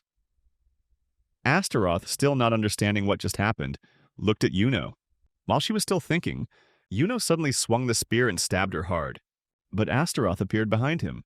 She uses hypnosis and brainwashing to control him. She laughed loudly and called Yuno a wonderful person. She said that without him, her life would be extremely boring. Even though this wasn't part of her plan, fighting him was fun. Anyway, that is the will of fate. Yuno in confusion. He realized that Astaroth was not a god. He asked her who she really was. Meanwhile, the monster army continues to attack the barrier, and the students must defend themselves. Alice summoned the sacred shield again, protecting the students from monster attacks. The teacher reminded Alice not to push herself too hard, because out of all the students, only Alice can use the sacred shield. She must protect this area until Yuno returns. Alice gasped as she saw the monsters continue to gnaw on the barrier. Some students have exhausted their mana, and the people they protect are witnessing all that is going on. Alice began to summon the sacred shield again, but suddenly she collapsed. She realized that all her mana had been exhausted. She gasped, feeling helpless. There's nothing more she can do. She can't stop the person most important to her, and now she can't fight when everyone's lives are at stake. She calls herself useless. She wondered how she was the best student in school, when in reality she just wants and tries to be like Luna. She looked up at Luna. She wished to have such power. Maybe like that, and then she will do it. She will definitely become that strong. The monsters have begun to break through the barrier. Alice looked around and asked where Yuno was. "Because you sit right here." And she begged Yuno to save her, to help her. At that moment, Ray stood right behind her. She felt it and turned around suddenly. Ray told her not to cry, and immediately a group of monsters were slashed down. Ray says that the barrier can only last this long thanks to her shield, and it has kept the damage to a minimum. It was Ray who called Alice's magic wonderful. The two have not seen each other for a long time. Seeing that the teacher was still healthy, Alice apologized to Soleil for making him wait so long. Soleil just thanked them for being late, but the appearance of the Holy Sword, Rey Astario, changed everything. The captain ordered everyone to prepare. The shield warriors were ordered to strengthen the base defenses and protect the students. The cleanup team is assigned to continue the beast extermination campaign under the command of Ray, and the healers tasked with assisting students who had exhausted their mana. This is the strongest knight in the kingdom, the Holy Sword Rey Astario. The disciples were happy because they were finally saved. Alice approached Ray and mentioned Yuno, but Ray understood and knew what she wanted to say. Ray comforts Alice not to worry, everything will be fine. She apologized to Alice for making her worry. Then Ray looked at Athena and asked if she was the goddess she heard about. Ray approached. She sat down at Athena's knee, happy to see her. Ray introduced herself as the eldest daughter of the Astario family, Rey Astario, and thanked the goddess for taking care of her younger brother. Athena was surprised to hear that this girl was Yuno's older sister. Athena also introduced herself and said that it was actually the other way around. Yuno was the one taking care of her, and that she was also happy to meet Ray. Ray compliments Athena on how beautiful she is, and she said that Yuno, who signed a contract with Athena, was lucky. Athena smiled and thanked Ray for the compliments. Ray then stared at Luna. There was a short silence between them. Ray said that she only trusted Yuno during her training, but Luna replied that they would consider it. Luna asks what if Yuno stays with her forever. The atmosphere between them became strangely tense. Ray admitted that she was quite difficult, but she reminded that Yuno loved her sister very much. Luna recalls that she and Yuno were not blood-related but lived under the same roof. She understands why Yuno is so happy to have her and says that it's not like in the Astario family. Alice kept wondering if it was a weak reason that she was Yuno's childhood friend and sat next to him at school. She patted herself on the head, wondering what she was thinking. Still, she had thought for a long time that these two were actually quite similar. Luna and Ray turned away from each other. Alice didn't expect them to be so similar. The captain informs Ray that everything is ready. Then she pulled the sword from its sheath. She intended to show Yuno how amazing her older sister was. An aura began to gather around the sword. The students looked intently at it. The airflow from the sword flew up. Then Ray opened her eyes and swung her sword into the air. Powerful sword swing created a deep crack in the ground. With a smile, she decided to continue with this spirit. Warriors follow Ray to ward off enemies. This is the strongest sword in the kingdom. Alice thought that his sister would definitely save Yuno. Mara was just confused by the move's lousy name. Yuno asked Astaroth who she was, but Astaroth only responded with a strong blow to the ground. Yuno jumped back to avoid her strike. He was also curious about the meaning of the words that he would become a god tonight. Suddenly, Astaroth rushed towards Yuno. Yuno was almost hit, but he was able to bend back to avoid it. His thoughts were no longer important now. He was focused on the battle. Yuno then swung his sword and tried to attack Astaroth. Astaroth easily dodged the stab, but Yuno held the spear tightly and stabbed it straight into the ground. Astaroth has put his divinity and the Academy's innocent students in danger, and now she wants to take advantage of her position to blame Fenrir, the guardian of this land, for the monster attack. A being who delights in such crimes cannot be a god who guides people. That's absurd, Yuno thought. Astaroth appeared behind him, but Yuno reacted quickly, and he pointed his spear at her, but he missed. The rain of blows from Yuno continued to fall on Astaroth, but none of them hit the target. She will probably be written into many legends, even though everyone in the world calls her a hero. But Yuno never intended to acknowledge her. He swore he would never do that in his life. Finally, Yuno was able to hit Astaroth with his spear. She complimented him for that. Fenrir sat on the hill, telling Yuno not to rush, because you're not ready for this fight. Astaroth grabs Yuno's spear, stating that he is clearly capable of more. She threw the spear far away, and Yuno flew after, then crashed into a rock. Suddenly, Yuno saw a ray of light flying towards him. He promptly reacted and jumped aside to avoid it.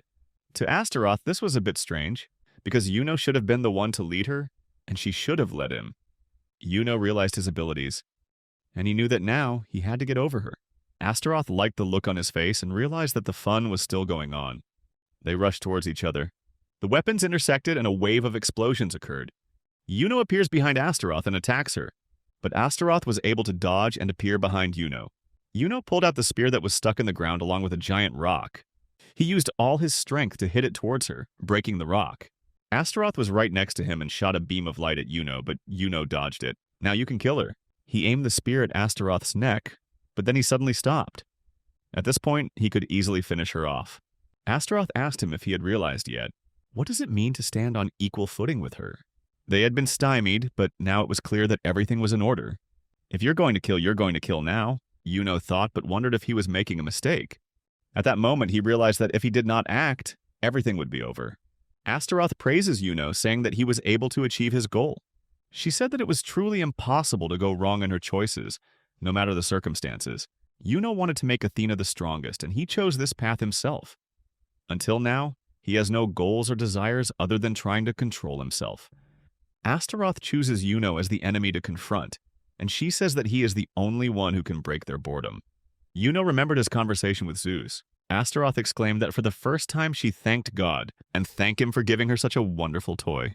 Yuno was angry inside and ordered her to shut up and stop praising him. Anyway, he's not like her. Astaroth wanted to dance with him so he could show his power to the world. She told him to let everyone know that he was here. Yuno realized he had to stop her. He threw the spear aside. He clenched his fists and rushed towards her with a scream, aiming straight for Astaroth's face. Suddenly, a white light appeared above Yuno's head. Fenrir orders Yuno not to let himself be destroyed, so Fenrir jumped immediately forward. Before the beam of light hit the ground, Yuno hit the ground hard, and wings appeared. It was Lucifer who flew closer to Astaroth. Lucifer says this is a breach of contract. Yuno found herself sucked into Fenrir's mouth, away from the beam of light. Fenrir told him not to think about rushing into it.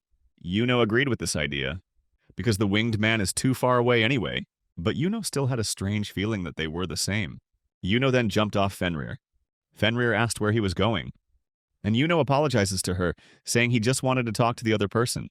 Astaroth heard about the breach of the treaty and asked Lucifer if he had misunderstood. She asked if he wanted to tell her, and she repeated that. She herself searched for answers about Yuno Astaroth's existence, about the pact that restrained her. She had guessed what was going on a long time ago. Astaroth wondered if it really wasn't over yet.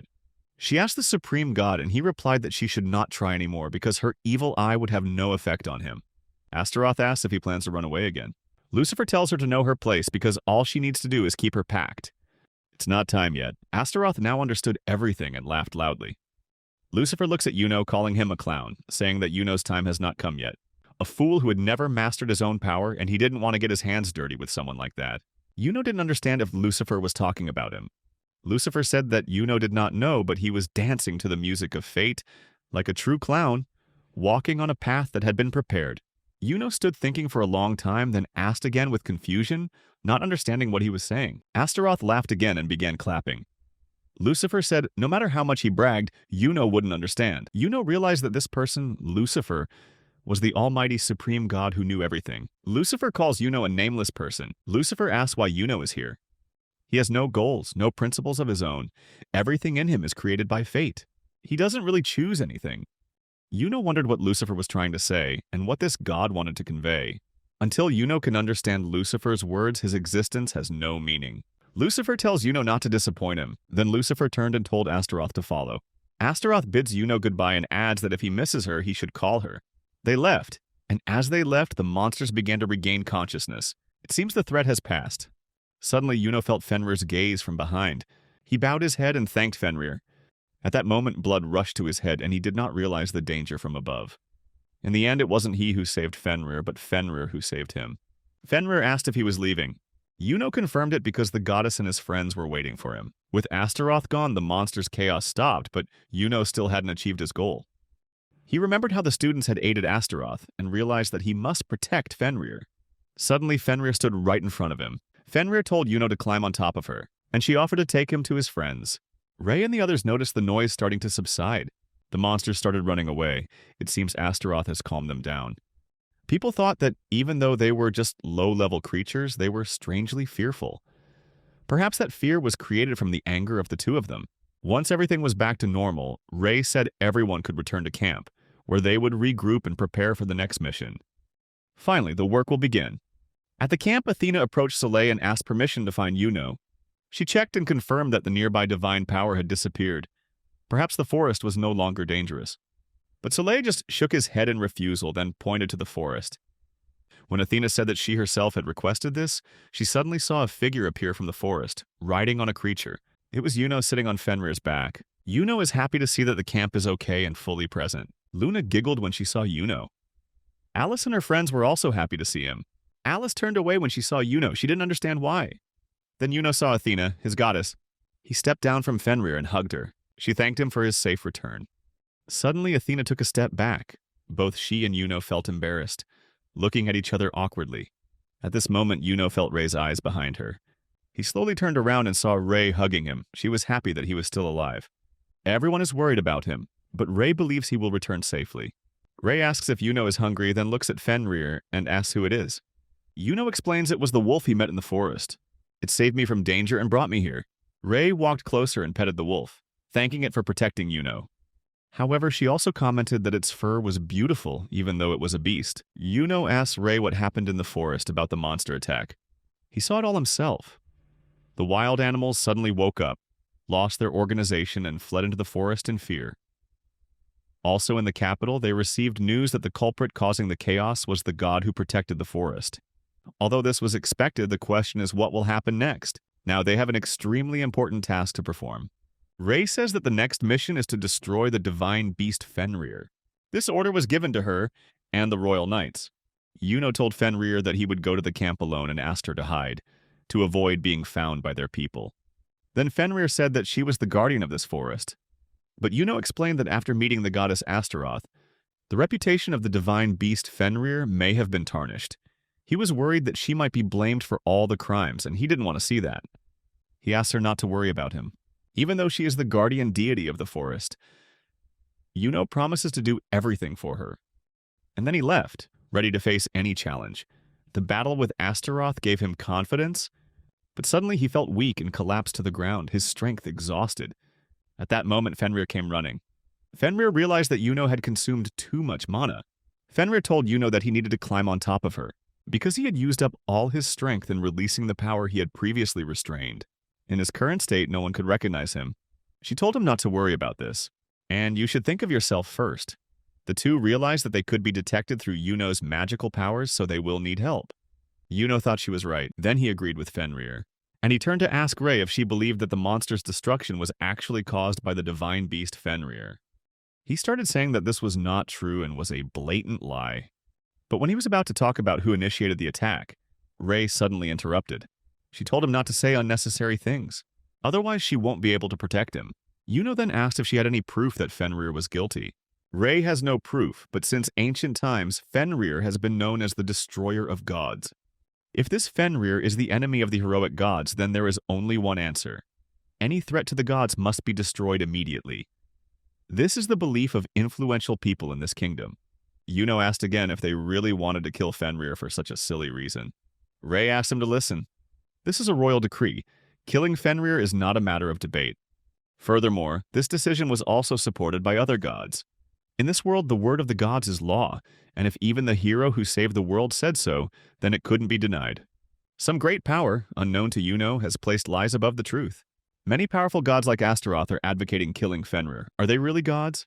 This explains the feeling of confusion in Yuno's heart, when he realizes that something is wrong in this world. The whole point is that religion and the high gods are promoting a false history in this world, but Yuno seriously lacks the strength to be able to fight them. How can you deal with this situation? How could he protect Fenrir without endangering the gods, the moon, and the loved ones around him, he wondered. When the captain heard Yuno say that it was not Fenrir who caused the destruction, Yuno confirmed it, as he had seen it with his own eyes. The captain continued to ask, so who needs to do this and why? Yuno now wanted to talk about Astaroth, but at that moment Ray interrupted Yuno, mentioning Blue Meteor. In the midst of the battle of the gods, an unknown god, with magical power equal to the goddess Astaroth, suddenly appeared. This was the blue meteor they were looking for. Clearly Ray was referring to Yuno. Maru tells Yuno to stop talking nonsense because he himself ran off to an unknown destination and then came back, and even claims that Fenrir saved him. Why did a monster who was laughing at the goddess Astaroth save him? Yuno realized that his magical power was now equal to that of a god, but at the same time he felt extremely helpless. However, remembering Athena's words, Juno could not accept this in such a corrupt world. That's impossible. Not only was it impossible to satisfy a god's wishes, but even letting the goddess Athena shine was unacceptable. Although the word impossible here is not something he really wants. Juno doesn't want Athena to shine in a world like this. I think if you don't like this world, then you just need to recreate it to make it worthy of the goddess Athena. Fenrir asked Juno what he was thinking. Juno replied that he had found the best way to save her. Fenrir asked if he had really decided to confront the world. Juno replies that it is not him, but his plan that will confront the world. To carry out this plan, he will need new powers. If your intuition isn't wrong, Fenrir should be able to help you. His actions will definitely make the goddess very angry. Juno then approached the goddess Athena, saying he wanted to have a serious conversation with her. But suddenly Athena said that everything would be fine with her. A contract with a god can only be signed once in a lifetime. That is the unwritten rule of the world. Before Juno could say anything, but Athena said she wanted the same. Saving Fenrir displeased most of the gods because they did not like it when people worshipped multiple gods at the same time. The contract was signed with absolute faith and respect for a single god. Athena did not expect him to belong only to her. Even so, Juno gave her the light, and so she asked him not to doubt, because your great kindness will bring happiness to everyone. Juno felt very happy when he signed a contract with Athena. I thank you for this. But right then, Athena reminded him not to forget that she was the first god with whom he made a contract. At that moment, the captain ordered the soldiers to begin the operation to destroy Fenrir, split up, and begin searching. Juno told the goddess not to worry. Although his first god was an old man named Zeus, the goddess Athena would be his priority. When Juno and Ray run into each other, Ray says goodbye, see you next time. Juno agreed with her. Then he sat down next to Fenrir and asked her a request. Please sign a contract with me. Fenrir asked what he was going to do. Juno replied that he needed strength. She asked him, when he was so strong, why did he need a contract with her? Juno replied that he needed the transformation skill, which was why he wanted to sign a contract with her. Fenrir finally understood what he meant when Juno said it wasn't him who would face the world, but you will rewrite the name of the person who caused the riot. That person will not be the goddess Astaroth, nor the beast god Fenrir or Juno Asterio, but a creature with extraordinary power, which humans mistakenly think is a god. The main blue star. And Juno will be the one to break this false story. Hearing that, Fenrir said that it was nonsense. Although Juno's idea was quite interesting, it seemed that he still did not fully understand the gods. Making a god an ally or an enemy is not as simple as he thought. Juno told Fenrir that he understood, but only you can complete this mission.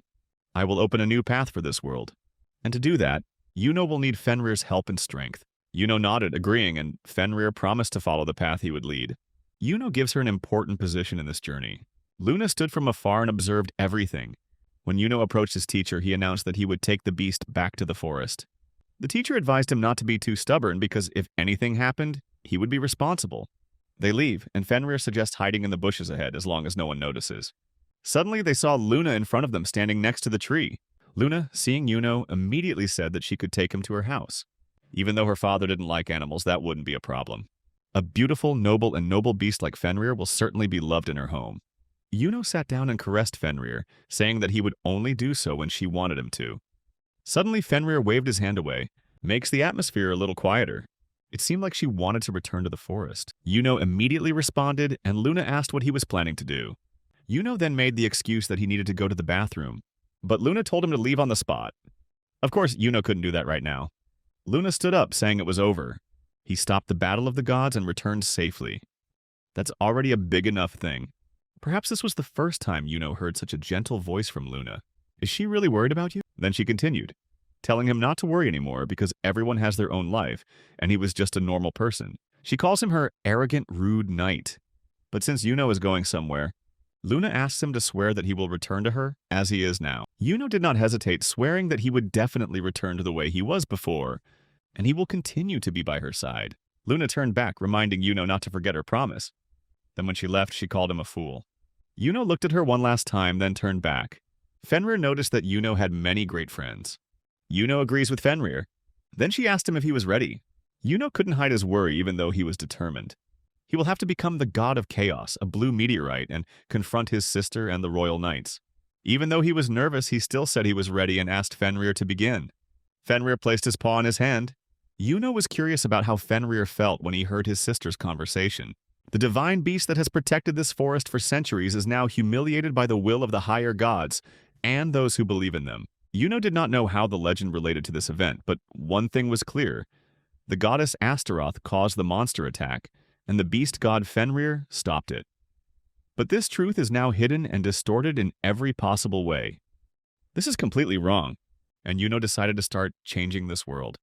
When Yuno kissed Fenrir's leg, everything around him began to glow. The aura around him became stronger and brighter. When Yuno opened his eyes, he felt like the whole forest was rejoicing. Then he heard a voice thanking him, followed by a hug. The girl thanks Yuno because thanks to him she found the meaning of life. Yuno recognized this voice as very familiar, as if he had heard it somewhere before.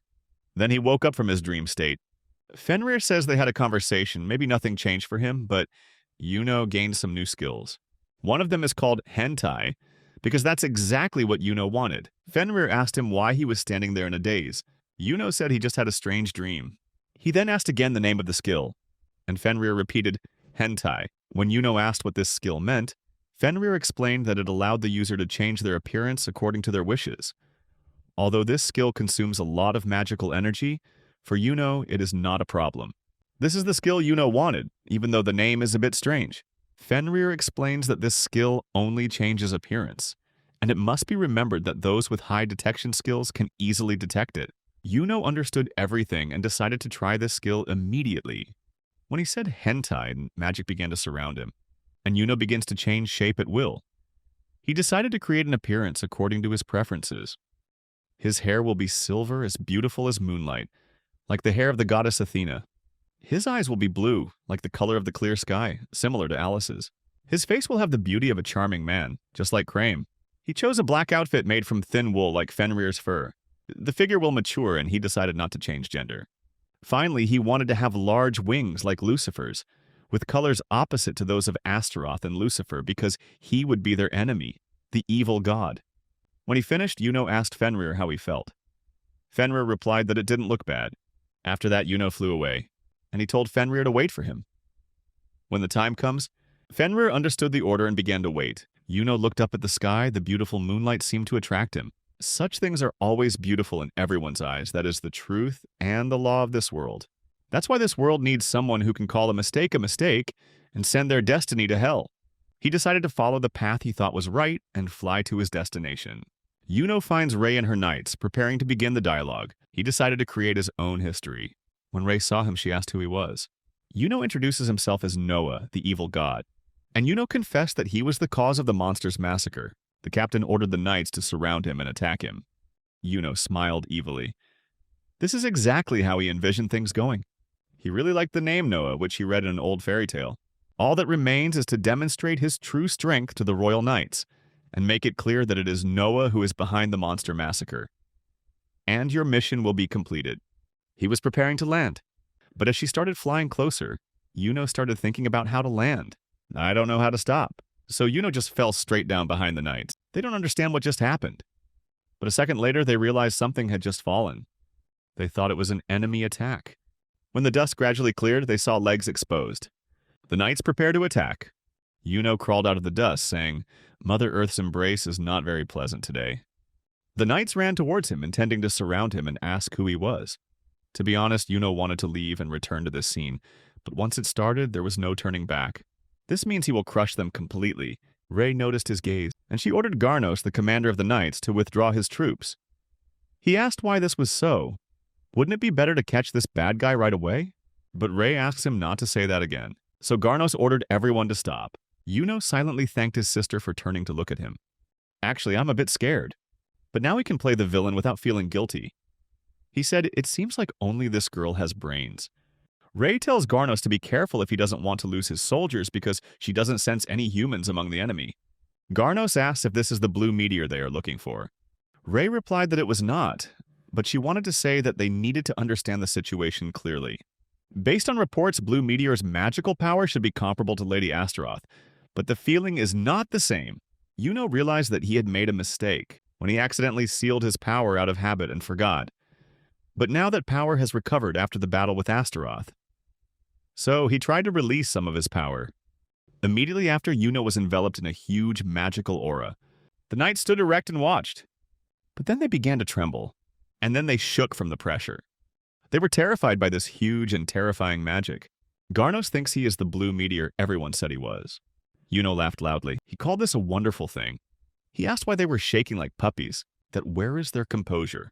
He asked, now that they were afraid, how they could decide to kill Fenrir and demanded an answer from them. Yuno began to understand why Lucifer had angrily called him a clown. It seemed like they weren't trying to find the truth at all, but were simply dancing on the stage of a fantasy play like silly puppets. He wondered why they were here. Looking at them just made him feel disgusted. Garnos compares Yuno to a monster, and hearing this, Yuno steps forward and says that they are both villains, and maybe they can become friends.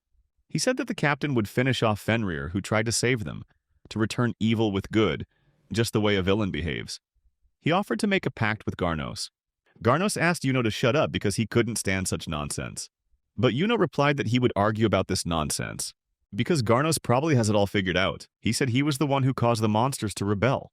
Garnos did not believe it, for their master, Mamam, had explicitly said that it was Fenrir who had caused the carnage and was threatening the peace, and that they must destroy this monster. Yuno suddenly grabbed Garnos' head, forcing him to send a message to his stubborn master. Ordinary people like them can never stand in your way. Garnos could not bear this insult to his master, but before he could react, Rey suddenly grabbed Yuno's hand. She introduced herself as Rey Astario, and she saw that Yuno had the appearance of a god. She only had one question. What is your name? Yuno looked at Rey with a smile. But when I tried to say my name, the words seemed to be stuck in the throat. He didn't understand what was going on. Why can't you say your name? He wondered why couldn't those words come out. Athena, the voice echoed in his mind, as if explaining the situation. She asked if they knew about the existence of homeless gods like her. These are weak gods without even a name. She explains that there are several divine rules to prevent homeless gods from tricking humans into entering into contracts with them. First, if a god is asked their name, they are forced to introduce themselves. Knowing the god's name in advance could help humans avoid an unwanted contract. Yuno realized that although his skill only changed his appearance, but he was still human at heart, and divine rules should not have applied to him. So why can't he call himself Noah, he wondered. And suddenly a strange feeling like crackling rang out in my mind. His head hurts like a hammer, and the name Zeus suddenly appeared. He didn't understand what this meant. Zeus, the god with whom I made a pact? Are you forcing him to identify himself by that name? The pain became more and more intense, as if he was turning into a different person. He remembered Lucifer once calling him a clown, and that made him hate everyone who stood in his way even more. Can't bear it anymore. He shouted loudly that his name was Noah. Then he rushed at Rey with all his strength. The two fought, swords clashing, sparks sparking. Noah said loudly, "Please remember his name." Rey immediately realized that the real name of the person in front of him was Noah. While fighting, she wanted to talk to Noah Blue Meteor, but he seemed to only want to fight. Noah confirmed it because he wanted to quickly wipe out the poor worms that stood in his way. Both jumped back, their cold eyes meeting each other. Noah's headache is gone, but he still wondered, what is all this about? Rey smirked pathetically. She hadn't even used half of her power. Is that all you can do? Noah couldn't accept that. He replied arrogantly that he only used 1/10 of his power. Rey decided to respond exactly as Noah wanted. A series of swords appeared around her, sparkling like a shower of iron and steel.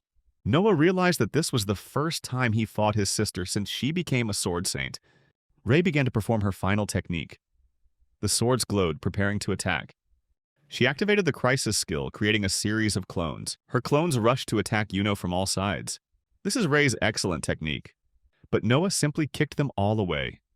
The swords flew in all directions, almost taking the lives of the surrounding knights. The incident stunned the knights. They couldn't believe that Rey's strongest move was negated with just one kick. Noah stood there, laughing arrogantly, seemingly mocking his opponent's every effort. He just needs a gust of wind from a swing of his leg to disrupt everything. Although Rey acknowledged Noah's strength, she still remained calm. She interrupted the tense atmosphere with a question. Why did you cause a ruckus among the monsters? Without hesitation, Noah replied that he simply did it out of necessity. Let everyone know of your existence. Noah's response terrified the knights. Such a simple and cruel reason led to the deaths of countless innocent children. In their eyes, Noah is an evil god, the embodiment of chaos.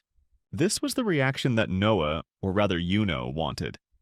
Their accusations and horrors will become tools for him to rewrite history, However, Ray is not easily persuaded. She asks for proof of his words.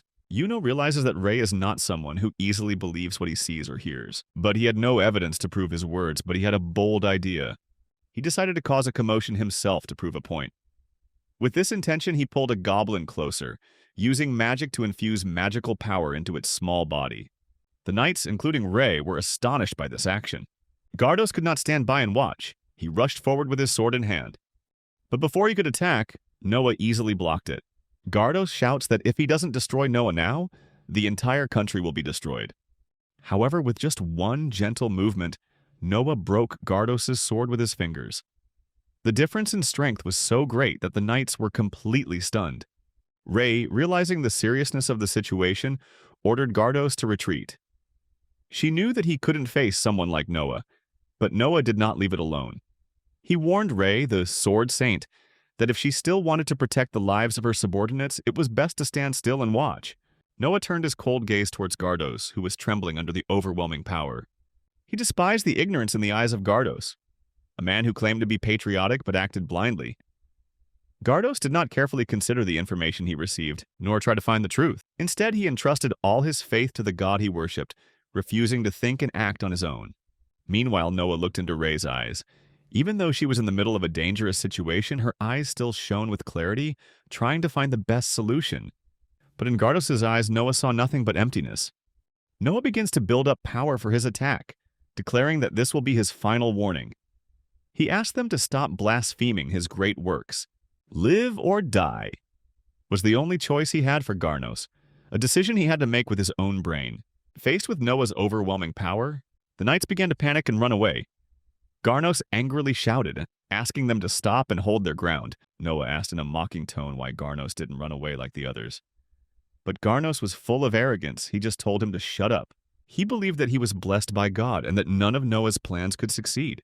Noah, with cold eyes, answered briefly, "Then die." Yuno now stopped for a moment. He realized who he really was, but now that no longer matters. He was ready to face everything when he entered this place. His magical power was prepared, ready to attack Gardos. He is human, but now he has to pretend to be a god. But let's ask, what kind of evil god is he if he doesn't hesitate to kill people? Such weak people do not deserve to be called evil gods. Meanwhile, Yuno trembled, trying to unleash an attack on Gardos. Gardos noticed his hands were shaking and asked if he was just threatening. Immediately after that, Noah roared, asking Gardos to get out of the way, then immediately attacked with magic, aiming straight at him.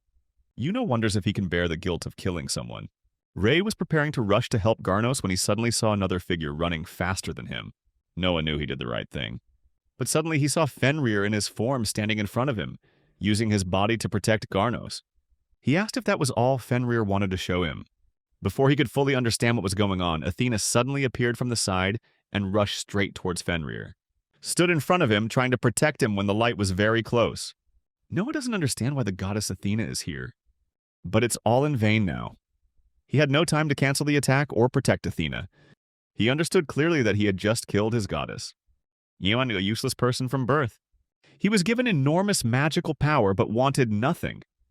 Don't want to be a hero, don't want to be rich, don't want to be popular with girls. He doesn't care about the future. He knew that even if any of it came true, he wouldn't be happy. But then one day, a light shone into his heart. The one born with extraordinary powers, wanting nothing and caring about nothing, now has a truly human goal for the first time. Making goddess Athena the supreme god became the only reason for him to continue living. Noah wondered what he had just done. Then Ray spoke up, telling her not to underestimate her. She stood before the goddess, sword in hand, ready to attack. At the same time, Crame also rushed forward to protect, but Crame only had time to slip and fall to the ground. Crame still kept his promise to protect the goddess and his masters, even if it meant sacrificing his life. At this moment, dust flew in all directions. Ray countered Noah's attack. Yuno asked Fenrir why he appeared here. Why did he let the goddesses and others participate in their fight? Fenrir replied that there was no need to force himself too much. Does he really think he can play the role of an evil god so well with a face full of tears? He asked Noah not to mock him. Noah realized he was crying and quickly wiped his eyes. Furthermore, the goddess herself had rushed in to help Fenrir, so he was not responsible. Athena asked Fenrir what he was doing and begged him not to die alone. Fenrir replied that he was healthy. Everyone was surprised.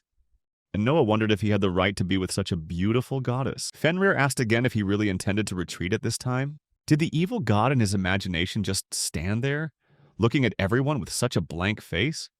Noah suddenly remembered that he had to do something, but he didn't know exactly what it was. His whole body trembled in that moment. Ray spoke up, saying that the situation in the battle had changed unexpectedly. She told Noah that another god had just appeared. And she pointed her finger at the goddess Athena, who had signed a contract with her wonderful, talented, excellent, and handsome younger brother, Juno Astario.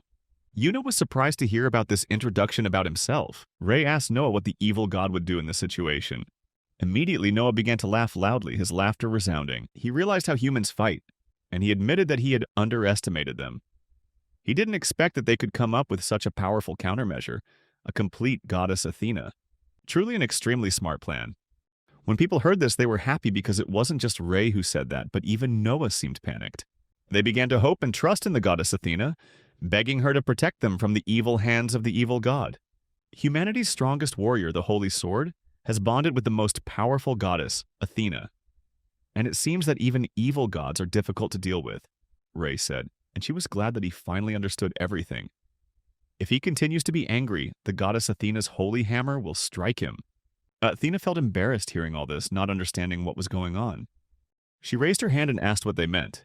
This was the moment Noah had been waiting for. He pretended to punch himself really hard and then flew away from goddess Athena and the others. Athena didn't understand what had just happened, and Noah rushed into the trees. He exclaimed that the hit just now was quite good.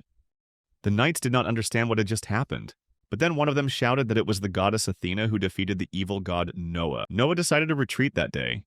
Wings appeared from his back, and he told them to thank his goddess for saving them. But he also warns them not to forget, because one day Noah will change the world, and they will certainly regret their past actions. Ray tells Noah to get ready, because this world will never forgive him. After that, Noah flew away in an unknown direction. The knights gasped and knelt down, realizing they had been saved. They looked at Athena with admiration, and immediately the crowd began to thank her for saving them. However, Athena replied that it was not entirely her fault. Ray immediately approached and told them to stay away, otherwise the goddess Athena would feel confused. She approached Athena. Ray expressed her gratitude for the help, then began to tell Athena many stories about Juno. Athena replied that it was all a lie. She then turned around, asking Juno what she should do, but Juno was no longer there. Crime speaks up, saying that Juno has left. Crane pointed into the distance, relaying a message from Juno that he would return quickly. Juno sat down and was taken care of. He was very tired after everything that had just happened. Everything went exactly as he planned. The evil god Noah has now become the enemy of the whole world, and he will be chased by the strongest people in the world. Some want to kill him, others just for fun, and perhaps, as Fenrir said, there will be those who want to expose him to the light. Juno is very good at hiding his powers, but even in his normal form, he cannot completely relax, especially so as not to endanger those around him. Now you have to be even more careful. Even at the academy, he would keep his abilities a secret until the very end, until the goddess Athena or Lady Luna was in danger. Juno closed her eyes out of fatigue. The light begins to shine. The sun rises from behind the mountains and forests. The birds started singing. The first rays of sunlight shined down on Juno. He fell asleep, his head resting on Athena, who was sitting next to him. As Juno slowly woke up, he realized he was sleeping next to Athena. He leaned back and realized he had fallen asleep, then wondered why Athena was here. Athena spoke softly, saying she was very worried. As soon as he returned after signing the contract with Fenrir, he immediately left again. And now she found him here alone. She cried, but those tears helped her find Juno. Juno realized that Fenrir had taken care of everything when she transformed into him, and he apologized to Athena for worrying her. After that, she begged him not to go away alone anymore, even though she is a goddess. But she is still the person Juno chose, even though she has no title. Juno apologizes to her because maybe she doesn't want to be famous this way. However, he decided that his goal was to make Athena a famous god. He lives for this. He held out his hand, telling Athena that they should return to the others. Athena happily agreed and took his hand. Although this may be a lie right now, he will definitely make it true. The evil god Noah, is this an accident or inevitable? He smiled, finally finding the answer. Eris asked Juno what that was, and Juno explained that it was a wolf he had befriended on a trip, and now he's building a house for it. Eris looked at him skeptically, then back at the wolf. She then asked if it was female. Juno didn't understand what she meant, so she asked again more clearly, was it female or male? Juno also thought for a moment and then asked Fenrir about her gender. Fenrir replied that he could think however he wanted. Yuno replied to Eris that it was a female. Eris asked if it's a pet. Actually, Fenrir is now quite a pet. Yuno begins to think that Eris seems afraid of communication, even with animals. Suddenly, she shouted that the wolf was cute. 3 days have passed since the incident with the magical beast in the forest, and Yuno had time to think about many things. He decided that Fenrir would live with him in the Flame Estate. Luna also agreed to this because of her love for dog-like animals.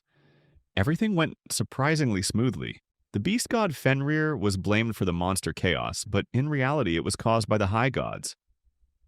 Yuno saved Fenrir, but his faith in him has not completely disappeared.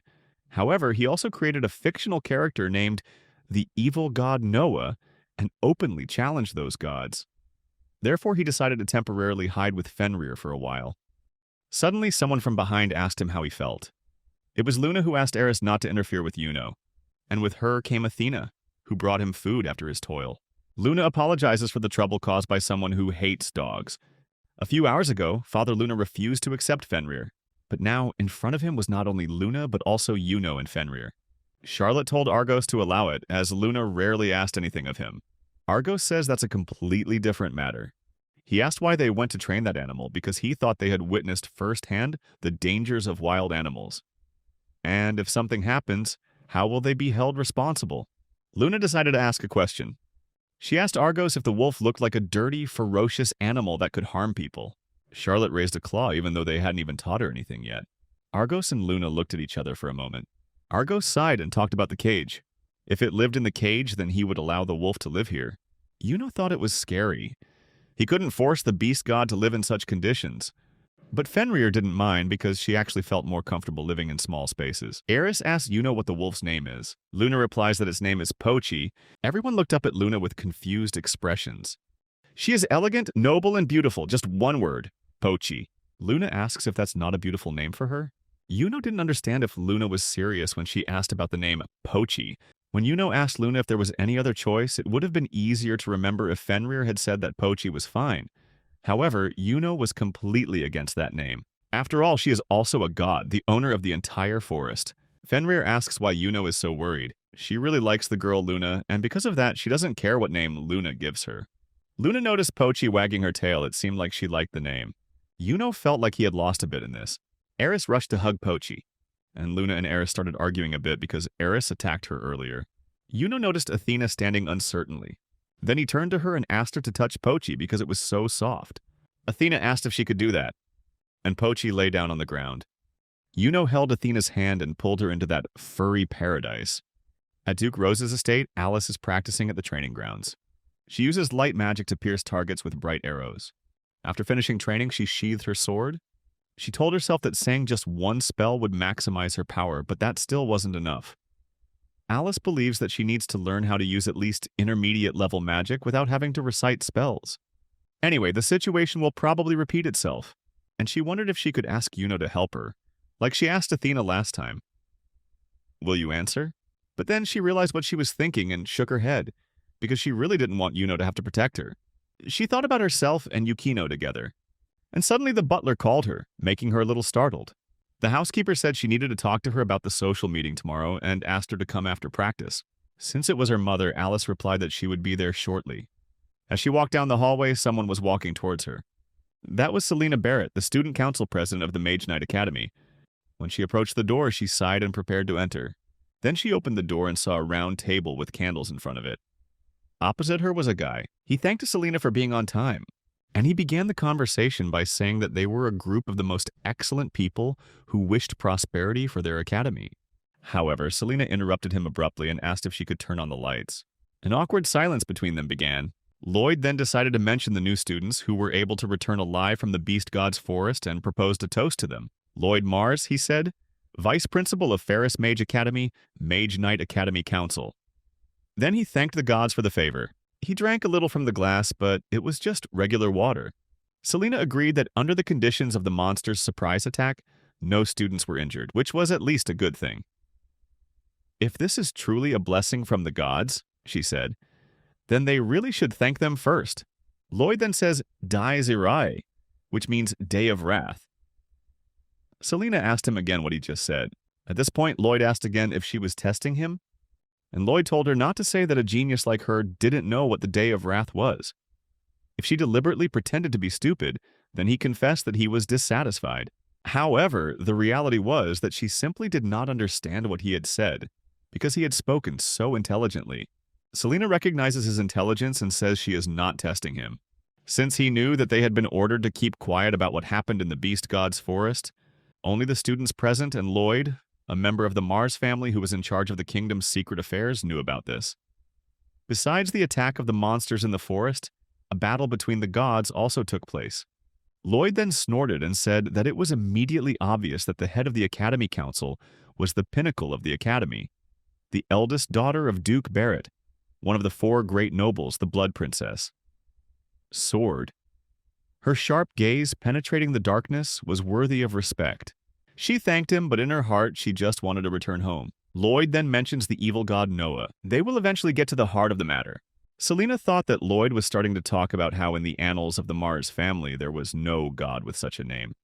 But this god's magical power was superior to that of the divine beast Fenrir, and in no way inferior to that of women. Astaroth, god of love and beauty.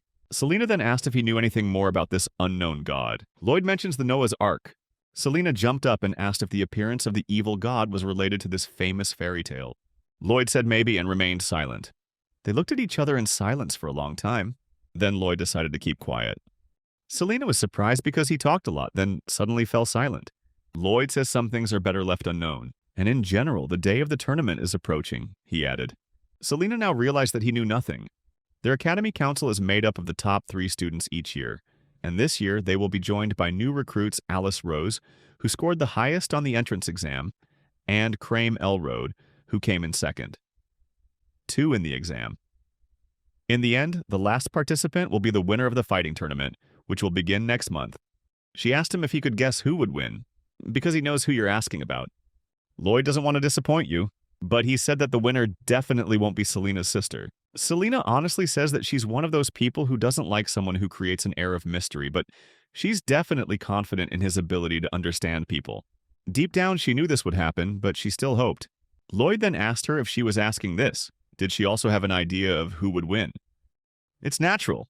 Then Lloyd asked if she wanted to guess, but Selena just suggested that he should speak up. At the same time, Athena was delighted with Pochi's softness, fluffiness, and warmth, sharing it with Yuno. Eris also stood next to Athena. Pochi was like a cloud to them. Yuno was happy to see everyone smiling. Of course, now I don't think everything I did in the woods that night was right, but he still really wanted to see the goddesses Athena, Luna, and Eris smiling, and Fenrir with them.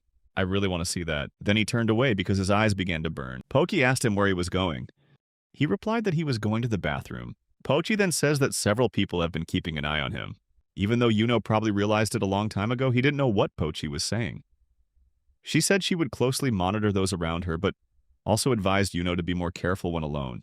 It happened faster than Yuno thought, but he was curious about who Pochi was talking about. Maybe Astaroth, although to her, this whole situation is just a bit of fun. That means most likely his sister and the people from the capital. In any case, now is not the time to indulge in pleasant feelings. Currently, they were in the arena of the Ferris Mage Knight Academy. Athena was being supported by Yuno. She tried her best. And at one point, she started glowing. Yuno is happy that everything went well for her. Both were very happy that Athena was able to shine. Now she can not only fly gently, but also emit light. Yuno compliments her because she looks like a god, and it is a sign that her power has matured. Athena then looked at her hand. Yuno asked her if anything happened. She asked if she was of any use to him. Yuno said that of course she was helpful. If he is afraid at night and she is near, she can shine a light for him. They looked at each other happily. But the surrounding students looked at them strangely.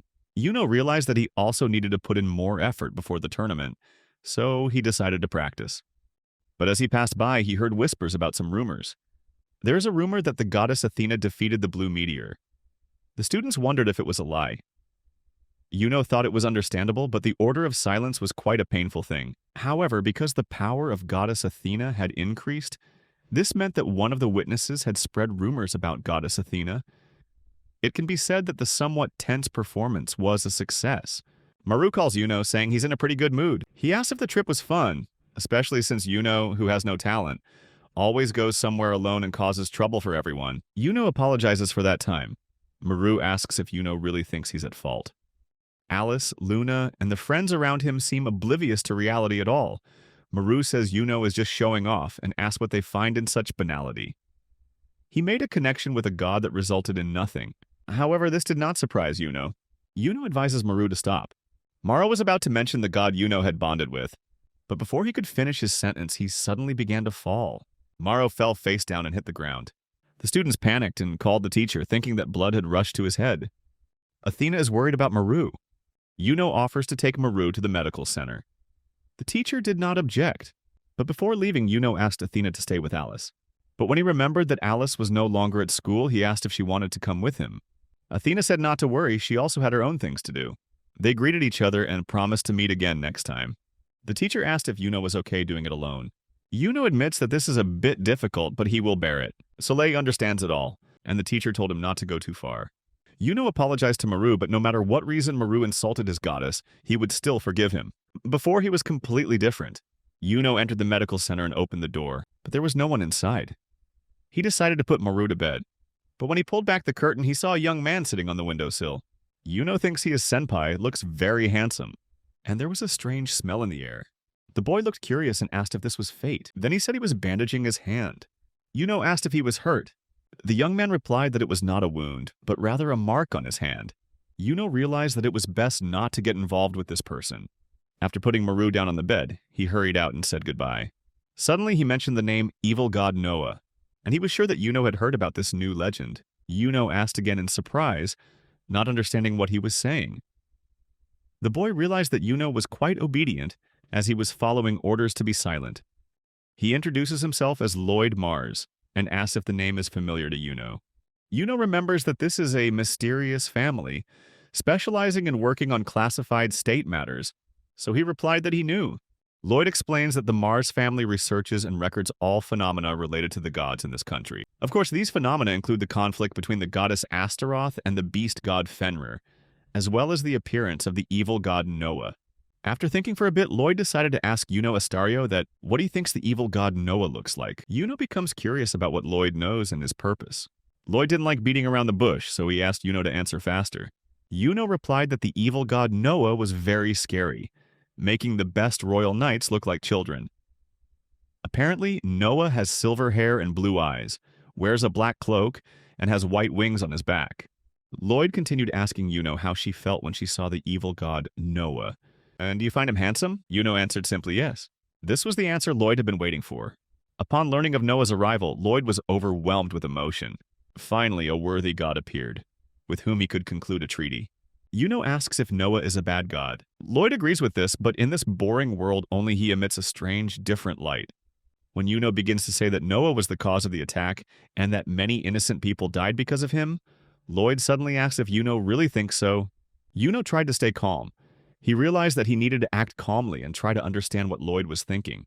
He asked again, so, according to Lloyd, the one who caused the attack was the beast god Fenrir, and the goddess Astaroth fought him. This is the most reasonable and understandable answer. Yuno felt disappointed when she realized that Lloyd still thought the same. Nothing had changed. Lloyd then asked if Yuno would feel angry if he said all this. Lloyd dislikes boring explanations and believes that myths and legends should sometimes be confusing and beautiful. In his understanding, the person responsible for the attack was not Fenrir, and probably not Blue Comet either. Finally, Yuno understood the meaning of Lloyd's first words. Lloyd pointed to Astaroth as the cause of all this. This meeting was truly fate. Meanwhile, Selena has been posting all about the fight tournament announcements. All that's left is to sort through the applications, count the number of people who want to participate, organize a lottery, and select the judges. She decided to ask the second-year students about this. The students were happy to hear that finally, the details of the fighting tournament had been announced. Selena approached them and asked if they wanted to participate in the tournament, and she wondered if they were prepared for this battle. One of them happily replied that he would try his best to win, while another person was surprised that he actually said it. They realized that the two strongest, Alice and Crane, do not have the right to participate, meaning they have a rare opportunity to show off their abilities against strong opponents and potential winners. Only Lucis remained. If they didn't fall, they could even join the Academy Council. He said his friends weren't entirely sure about it, but Selena was only delighted at such great enthusiasm, so Selena wished these students good luck in their match, and then she left and said goodbye to them. The students started whispering. One of them spoke quite strongly about winning, because Selena's sister, Tina Barrett, was also aiming for the Academy Council. He completely forgot about that because they were in the same year. Another person joked that he had boldly hinted that the younger sister of the Duke's eldest daughter was just an ordinary person, and that the Duke was also one of the four great families. However, this is not surprising because compared to Selena, it is impossible. Suddenly, Selena saw Athena flying somewhere. She wondered where Athena was going, and she began to follow Athena. Lloyd asks why Selena thinks he will win this year. Asterio. She begins by saying that everyone calls him talentless, but she is interested in him for 3 reasons. First, her fencing teacher, Ms. Rai, had talked about his potential many times. Second, the famous goddess Lonely Moon appointed him as her knight. Third, his entrance exam results in the practical part, he only got an average score, but in the theory part, he scored 100 points. This is the first time in the Academy's history that a student has done this. In other words, it was officially proven that he surpassed everyone in terms of knowledge. Lloyd fully understood and did not deny her words, but thought her opinion was somewhat superficial. Obviously, Asterio is intellectually superior to all of them, but that's why a question arises.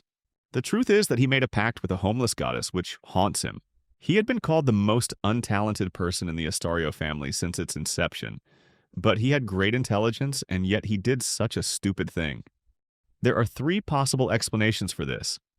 First, he actually became so powerful that no one noticed, and he did not consider the contract with the goddess a bad thing. Second, he made a contract with a famous god and received enough power. And thirdly, maybe he's simply a complete idiot. But there is no need to check this. It is not necessary to talk to him directly. The results of the fighting tournament would say it all, so they decided to just wait until that day. A clever eagle that hides its claws. Selena remembered that proverb. Said that it was impossible the heroic goddess Astaroth was the culprit of the chaos. After all, Lady Astaroth has already saved the world once. But Lloyd asks, who did she save? She never saved him. Thought that maybe this man could understand him. Lloyd asks if he has ever thought about the strangeness of this world. Has always thought about it. He never felt like the world accepted him. After that question, immediately looked at Lloyd. This is so true that, since birth, he has always felt that he does not belong to the laws of the universe. Until now, had tried not to think about it, convincing himself that Zeus's power was the cause of everything. Because no matter how much knowledge he had, he still couldn't find the answer to the main question. Why did his heart mature from the moment he was born? Lloyd knew from his reaction that he had guessed correctly. He did so because he felt they had similarities. No one understands his thoughts and ideals. That's why he has always doubted the structure of this world, from the moment he was born until now. It was a very long time, so turned back to Lloyd and asked, is it wrong to sign a contract with a homeless goddess? Can a goddess called a hero cause chaos? If the gods in the world are wrong, then they can change everything. Of course it's not easy. But the most important thing is strong will. If you have a companion on your path to the highest goal, you will be able to overcome all difficulties. I believe that even in this dark world, there will be a bright tomorrow. That's right. As the evil god Noah that night, he challenged the whole world. There is no night without dawn. Yuno's speech was excellent, and Lloyd rates it 100 points. Then, with the help of a large amount of magical power, Lloyd created a book in his hand. It is the End Book, which describes the secrets of the world. Asked about the pictures in the book. Lloyd explains that this is the moment of the end of the world, with a large black circle representing the power of darkness, i.e., a secret plot. According to the prophecy, one day, this world will perish due to many secret plots. And to prevent this, Lloyd needs a teammate who can become a special point like him. Didn't have time to fully understand what Lloyd said, because the way he conveyed the information was too abrupt. Lloyd hasn't felt this in a while. He naturally thought that wasn't a normal person, but he didn't expect it to come to this. Didn't understand, but he seemed to enjoy it, and that was good. Lloyd then greets Astario. Lloyd says that from now on, he is his teammate. Thought he couldn't do without this person to create a world worthy of the goddess Athena, so he introduced himself as the 3rd son of the Astario family. Lloyd responded by saying that he was the 2nd son of Count Mars. Lloyd Mars, who serves as vice president of the Academy Council, is surprised to learn that he is the 2nd-ranked person in the Academy. Lloyd then reiterates that the end of the world is their shared secret, which he has never revealed even to the head of the council. Was glad that Lloyd had shown him such a secret, so he promised not to reveal it to anyone. When thinking about revealing secrets, Yuno suddenly thought of a secret that I wanted to share for a long time but couldn't. That's the name Zeus. He asked if Lloyd knew about this name, and immediately Lloyd pushed Yuno to the floor. Lloyd asked him how he knew that name.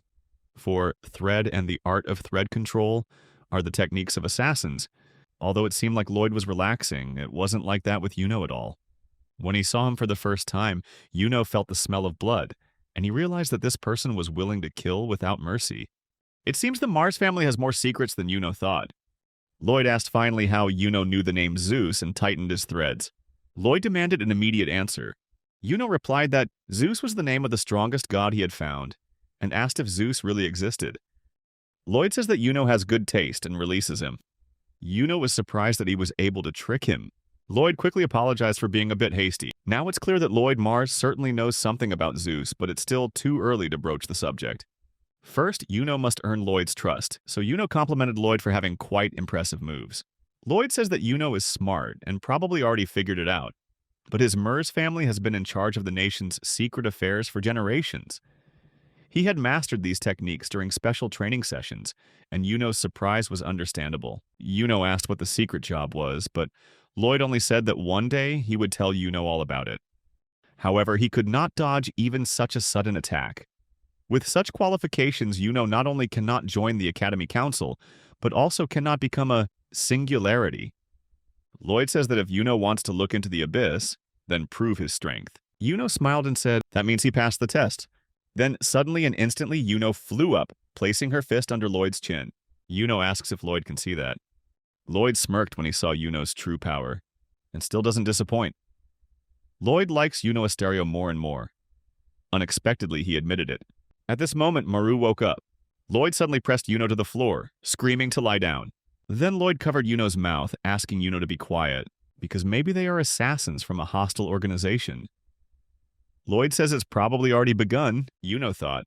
He would mumble and explain that it was his classmate, but Lloyd didn't understand what he was saying. Maru then opened the curtain, asked if anyone was there, and saw Lloyd pinning Yuno to the floor. Maru asked what the two of them were doing. In desperation, Yuno asked why Maru went there. Needless to say, a rumor spread throughout the school immediately. The story about Yuno Asterio liking boys began to be discussed. The students whispered about Yuno Asterio. No one expected him to be such a person. They say that Yuno was caught red-handed by Maru Byrne, a first-year student, and now they try to avoid looking him in the eye. They even wondered if it was because Yuno carried a weapon, a spear. Yuno never thought this would happen. Besides being given titles like incompetent, cautious, and tyrant, he now also receives the title Likes Boys. At this time, Athena turned to Yuno asking him if anything was wrong, but she noticed that he looked sad. She asked if Yuno really likes boys. Yuno immediately became angry and was ready to deal with Maru for spreading this rumor. He claimed it wasn't true and that he liked girls, even think about them while sleeping. Athena was happy to hear this, and Alice quietly observed. At this time, Ein suddenly asked Alice, are Yuno and Lloyd really dating? She didn't really believe it, but thought that Alice definitely knew the truth and asked her about it. Alice asks Ein to calm down and says she talked to Yuno and knows it was just a misunderstanding. Hearing that, Ein felt more relieved. Alice then remembers how Ein talked to Yuno, and Alice asks Ein if she and Yuno really have anything in common. If that was the case, Ein decided to just tell Alice. Actually, Ein has a slightly different perspective. She believes that Yuno's companion can only be Crame. She saw Yuno and Crame meeting secretly in the evenings during the trip. At first, she was skeptical, but one day she overheard words from the boys' bathroom that she couldn't say at that moment. She was completely convinced that Yuno and Crame had some sort of relationship. She apologized to Alice for talking too much, but Alice admitted that she didn't understand everything. Then Ian offered to tell it all from the beginning according to her thoughts. Alice apologizes to Yuno as she can no longer handle this situation on her own. Athena asked Yuno if she was studying here today, and Yuno confirms that yes, as they will be taking the same class. So now they are going to the girls' class. They pass through the flowers and birds class, then Luna's class. Athena asked if she could go for a walk, because she had wanted to see this beautiful building for a long time. Yuno agrees and tells her not to follow suspicious people. As soon as Athena left, she was immediately surrounded by her students. Yuno felt that perhaps it was safer here than at the Magic Knight Academy. As he entered the classroom, he began searching for Luna's location. He looked around but couldn't see Luna anywhere. However, he immediately saw her sitting alone in the distance, so he came closer and sat down next to her. All the girls around suddenly looked at Yuno. It seems the rumors have spread to the girls' academy. However, Yuno felt that the girls' looks were not contemptuous, but a bit strange. Luna says that Yuno is quite famous. When Yuno asked her what she meant, Luna just waved her hand, then said she wanted to ask him something. Luna asks if Yuno likes boys. Yuno naturally replied no, and immediately a complete misunderstanding occurred. The whole class suddenly became silent after that answer, Luna said with some regret. But she continued to ask what happened. Yuno replied that nothing actually happened. It was just that Lloyd suddenly knocked him down in the medical center, and Maru accidentally saw it. Unexpectedly, half the class suddenly became happy that Yuno was passive, as they had predicted. Yuno felt uncomfortable with this situation. Luna told him to relax, but her attitude towards him remained unchanged. Yuno then asked what was going on, as the atmosphere in the classroom seemed strange. Luna explains that this is just a pastime for the girls. This academy is full of girls, and many of them are looking for thrills. Rumors about Yuno and Lloyd Mars have spread, so it's not hard to see why people are interested. But to Yuno, this was completely unexpected. Yuno asks what the rumors are about him. Why is there so much interest? Luna said he underestimated himself. Since he became her knight, everyone's attitude towards him gradually changed. She also admitted that he looked quite nice, even though he seems like a pervert. Lloyd Mars is so famous that he has a fan club, so if rumors of them dating turn out to be true, it will definitely cause a stir. Although not completely convinced, Yuno understood everything. It seemed that this rumor was not so bad. He would slowly resolve this misunderstanding so as not to cause trouble to the goddess. Suddenly, Yuno realized there was a girl secretly looking at her. That's the blonde girl who sent goblins to Luna during their first meeting. Yuno immediately asked Luna who was sitting in the first row. Luna leaned over and said it was Cecilia Orford, and she also said that it was Cecilia who saved her. Selena walked into the office, and she asked Lloyd what all this meant. When Lloyd asked what she was talking about, Selena asked him not to pretend, as he had said he would not contact Yuno Astario. Lloyd chuckled, and Lloyd says he didn't mean it that way, it was just that she brought them together. Selena asked who brought them close. Lloyd turned around and said fate. Selena still doesn't understand anything, but she decided to continue asking. She wanted to know how everyone started talking about Yuno Astario and him dating. Lloyd didn't understand what she was talking about, even though everything was going according to plan, since Yuno Astario had become his teammate, and it was essentially the same thing. Selena asked what they were doing together, and it seemed like her guesses were correct. Selena asks what Lloyd will do about this situation, and if he plans to give Yuno a seat on the Academy Council and use it, or if he will impose discipline on the council he is running in the shadows. However, Lloyd responded that things are not that simple. He said that Yuno Astario was his teammate, meaning he believed that Yuno was worthy to look into the abyss of the world. Selena then asked if Lloyd was really planning on bringing Yuno into his organization, and asked him to stop joking like that. She worried that if Yuno was dragged into such danger, he might die. Lloyd responded that Selena misunderstood. The head of the organization she considers dangerous is Lloyd. Everything is so right. But suddenly Lloyd asked why he had to hand over a useless person to himself. Lloyd affirms that Yuno Astario's true strength has long since surpassed the level of a normal student. He said that Yuno would probably be on par with him and Selena, maybe even stronger than Selena. Selena couldn't believe it, and she began to remember her sister. Perhaps Yuno Astario will be the person her sister needs. And Selena realized that if she was going to make a move, now was the time. She couldn't hesitate any longer. The teacher continued to explain about the amount of magic power needed to activate magic. Each level of magic was predetermined, and the formula to cast each magic was also different. Yuno becomes curious about the meaning of Cecilia's story, whom Luna calls her savior. Cecilia Orford plotted to harm Luna so badly she should have been expelled from the academy for this. But no, she still sat in the same class as Luna as if nothing had happened, perhaps because Luna did not disclose the incident to the goblins. The teacher continued to say that the students must have heard about level 10 magic at least once. This magic not only requires a huge amount of magic power, but also requires a price of life force, which is why it is called miracle magic. Yuno thought he had understood Luna Flame at least a little since the day they met, but it seemed he had rejoiced too soon. Luna asked what was wrong, but Yuno just turned away and said it was nothing special. Then he looked at Cecilia again. He was still surprised. Who would have thought that Maru would become Cecilia's knight? Suddenly, Cecilia glanced at Yuno, and he quickly turned away. At the end of the class, the teacher asked the students to review the lesson for the upcoming exam.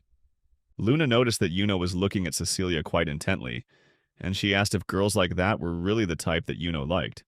Yuno feels everything is completely different. Suddenly, Cecilia approached them and said that Luna was untrustworthy for choosing such a knight. Maru stood behind Cecilia, looking at them menacingly. Athena was pleased with the amount of flowers around. Some students approached her and asked where she was going today. Athena replied that she decided to go for a walk until Luna's class was over.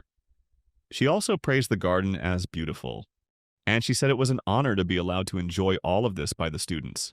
She thanked the students for allowing her to do so. Cecilia comments that it seems only lonely people can have such nights. But unlike her, Cecilia chose Maru Brine, the second son of the Brine family, who had a strong knowledge of magic. As for Yuno, he clearly felt that they were trying to drag him into the story, but he decided to wait and see how Luna would react. Luna stood up, smiled slightly, and looked at Cecilia. Then Luna passed her and told Yuno that they were going. Luna gracefully ignored Cecilia, but Yuno knew that it was a very wrong decision. Suddenly, Cecilia grabbed Luna's hand and asked if she was making fun of her. The whole class saw something about to happen and hurriedly left the classroom. Luna calmly responded that she was not mocking Cecilia and asked her to let go because she wanted to leave. Cecilia was angry. She was about to slap Luna, but Yuno grabbed her hand and stopped her action. And Yuno says that unnecessary actions will only ruin her situation. Cecilia angrily withdrew her hand, saying it would be better if it stayed that way. Yuno wondered if Cecilia was still sane, because she was acting extremely crazy. He wondered what had happened between them to make the situation so tense. As Cecilia said that she clearly saw that Luna was very happy, always had a trump card in her hand, that just by using it she could kick her out of the academy in the blink of an eye. She also said that Luna always makes fun of her. Luna remembers the incident with the goblins and tells Cecilia not to worry, as she has no intention of telling her father or the school board about it. This makes Cecilia even angrier, and she asks Luna if she really needs to thank her. Luna replied that there was no need to thank her, but that she should be thanking Cecilia. Anyway, thanks to her, Cecilia was able to find someone in time to be her best knight, and essentially Cecilia is her benefactor. It was a rare thing for Luna to be unable to control her anger, but her feelings were completely reasonable. Obviously, Cecilia is responsible in this situation, with excessive pride, and perhaps jealousy was smoldering in her heart. Cecilia smirked and asked if Luna was talking about Yungino being the best knight, the most useless person in Asterio family history, and she wanted Luna to clearly state what talent he had that could be considered the best knight. Yuno was not surprised by Cecilia's reaction, but he thought that Luna would respond more intelligently since she knew his true abilities. But then he saw Luna smirk. There was something strange about the way she expressed her emotions. Suddenly, Luna said that she felt very sorry for Cecilia, not only because she behaved uneducatedly, but also because she had absolutely no understanding of humans. Yuno felt stunned as Luna only added fuel to the fire. Cecilia asked if she really meant that her knight would lose to someone as useless as Yuno. Luna replies that in fact Cecilia's knights have already lost to Yuno. Maru immediately objected, claiming that he won the training match because he used a special skill, and that losing without a spear was unacceptable. Hearing this, Luna immediately asked Yuno to show off his power but told him to only keep apart. Cecilia immediately accepted the challenge and ordered Maru to be quiet and not let them make any more noise. Yuno had predicted that things would come to this. He then said that fights due to personal conflicts were forbidden according to the Academy's regulations, and that the fighting tournament would take place soon, so it would be better if they fought within the framework of that tournament. Maru asks if Yuno is scared. Luna agrees with Yuno that if they both win their matches in the tournament, sooner or later they will meet in the finals. If her rider can make it to the finals, of course, but that must have been what Cecilia had to say. Cecilia comments that her knight, Maru Byrne, has entered into a contract with a great god, so he will be at a disadvantage. Yuno was curious as to which great god it was. Maru smirked as if about to reveal all, then said that Yuno would understand everything during the tournament. Since Maru already has a contract, he will have difficulty holding back his power in battle. Cecilia continued saying that who would have thought? In the Fearless Magic Knight Academy, where only the talented can study, there was a man who signed a contract with a homeless goddess. She remembered that goddess's name was Athena, and Cecilia says that by contracting for life with an incompetent god, unable to bestow any worthy blessings, it is clear that an incompetent man will have an incompetent god. Suddenly, Cecilia noticed a vision of herself without her head, but it was all just a fleeting illusion. In fact, Yuno just put his hand on her neck and said, "If you say one more word, he will never forgive her." Cecilia then collapsed to the floor, frightened. Maru did not understand what had just happened, while Cecilia was still stunned with horror. Yuno took a step back, coldly saying that they could go now. Luna nodded in agreement, following closely behind him. As they walked out of the classroom, they saw Athena standing next to the door. Yuno called her. He thought that Athena must have heard everything. Athena suddenly spoke. Athena happily turned to Yuno and Luna, shared that she walked a lot. She said she saw beautiful flowers in the Academy's garden, in all colors, red, yellow, white, blue, and purple. She also described a special flower with strange patterns, which the gardener said was only available at this academy. Yuno immediately invited Athena to walk in the garden, saying that he also wanted to see that beauty. Athena happily agreed. They then went to the flame mansion while the goddess always smiled brightly. She also said that she found a strange place where water was bubbling, possibly a fountain. Yuno stood looking at Luna and Athena talking. He was certain that he must win. He won't let anyone dare call his goddess incompetent. He will show such overwhelming power that no one will dare to mock him anymore, and he will become the winner of the tournament. A few days after the incident, Maru sat and waited for someone for a long time. He was so angry at having to wait so long that he kicked the table aside. Suddenly, a flash of lightning flashed outside the window. Startled, Maru was surprised. The lights and candles in the room suddenly went out. He heard the sound of water dripping, as if the roof was leaking. Maru wondered if someone was trying to tease him. That damn Orford family tricked you. He wanted to sign a contract with the great god, but waited 6 hours and still no one appeared. I'm Maru Byrne, from the Earl Byrne family. Suddenly, Maru slipped and fell backwards. A strong fishy smell like iron reached his nose. He heard a dripping sound right behind him. When he turned around, he saw a pair of large bird eyes and a giant beak. The creature apologized for being late. Maru screamed in fear, and at that moment, the candles in the room lit up again. In front of him was now a man with large wings. The man looked at Maru with curiosity as if he had just witnessed something horrifying, and motioned for Maru to sit down. The man apologized for being late, explained that there was an emergency that delayed him, and offered to quickly resolve everything. He reiterated that Maru had come here to sign the contract, and Maru's expression showed that he was dissatisfied. The man encouraged Maru to ignore the unpleasant things, to begin the ritual immediately. Maru tried to stay calm and agreed. He reached out his hand to make the contract, but suddenly the man withdrew his hand as if he had just remembered something.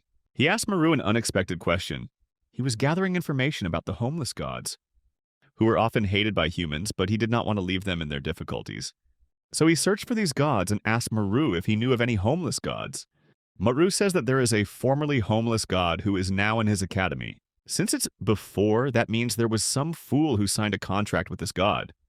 The man asked the name of that god, and Maru replied that it was the goddess Athena. The man laughed loudly as if everything was as he predicted. He said it was no surprise that things went so smoothly. He began to understand why Astaroth had begun to act. He introduces himself as Malthus, and he apologized to Maru again because the ritual had not yet been completed. However, he expressed great hope for Maru Byrne. Meanwhile, Yuno notices that the goddess Athena has been acting strangely lately. Before, wherever he went, Athena always followed him. But recently, she often leaves alone without explanation. This made Yuno wonder if she was trying to avoid him. However, Yuno tried to reassure herself that Athena was still a goddess. She must have her own divine work to do, and he believed she was very busy. Athena also told him that today she had some things to do before class ended. Yuno thought there was no other way but to respect that. But then he asked himself, what are these things?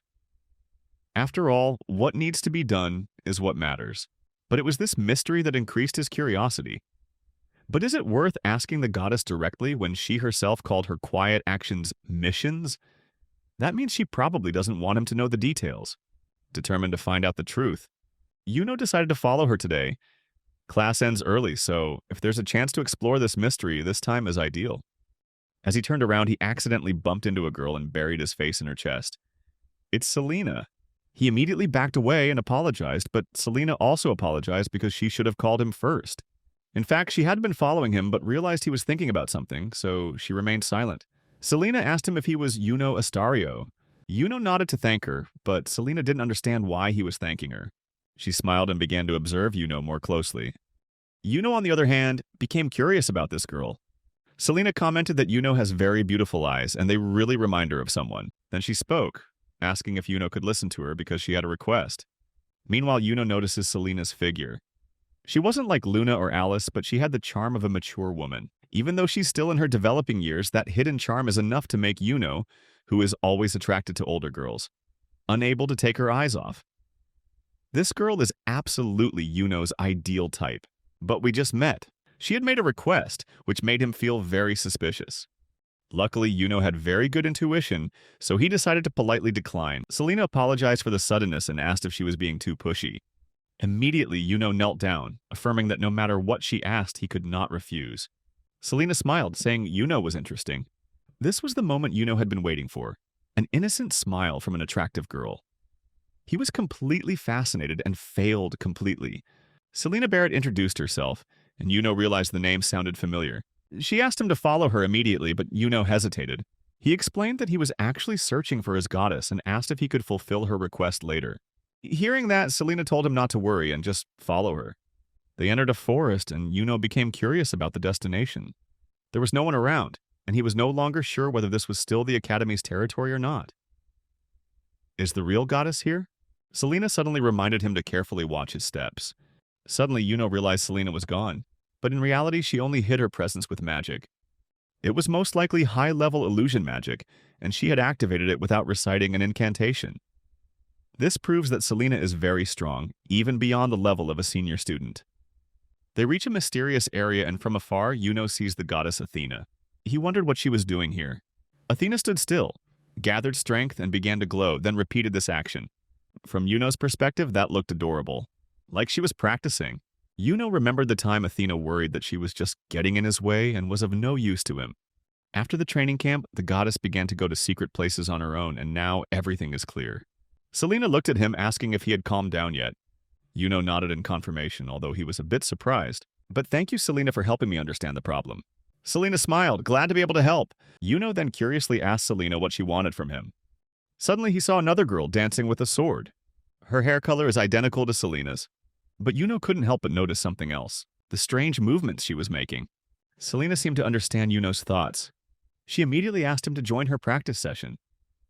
Yuno asked who that girl was, and Selena replied that it was Tina Barrett, a first-year student like Yuno, studying at Ferris Magic Knight Academy, and she is Selena's younger sister.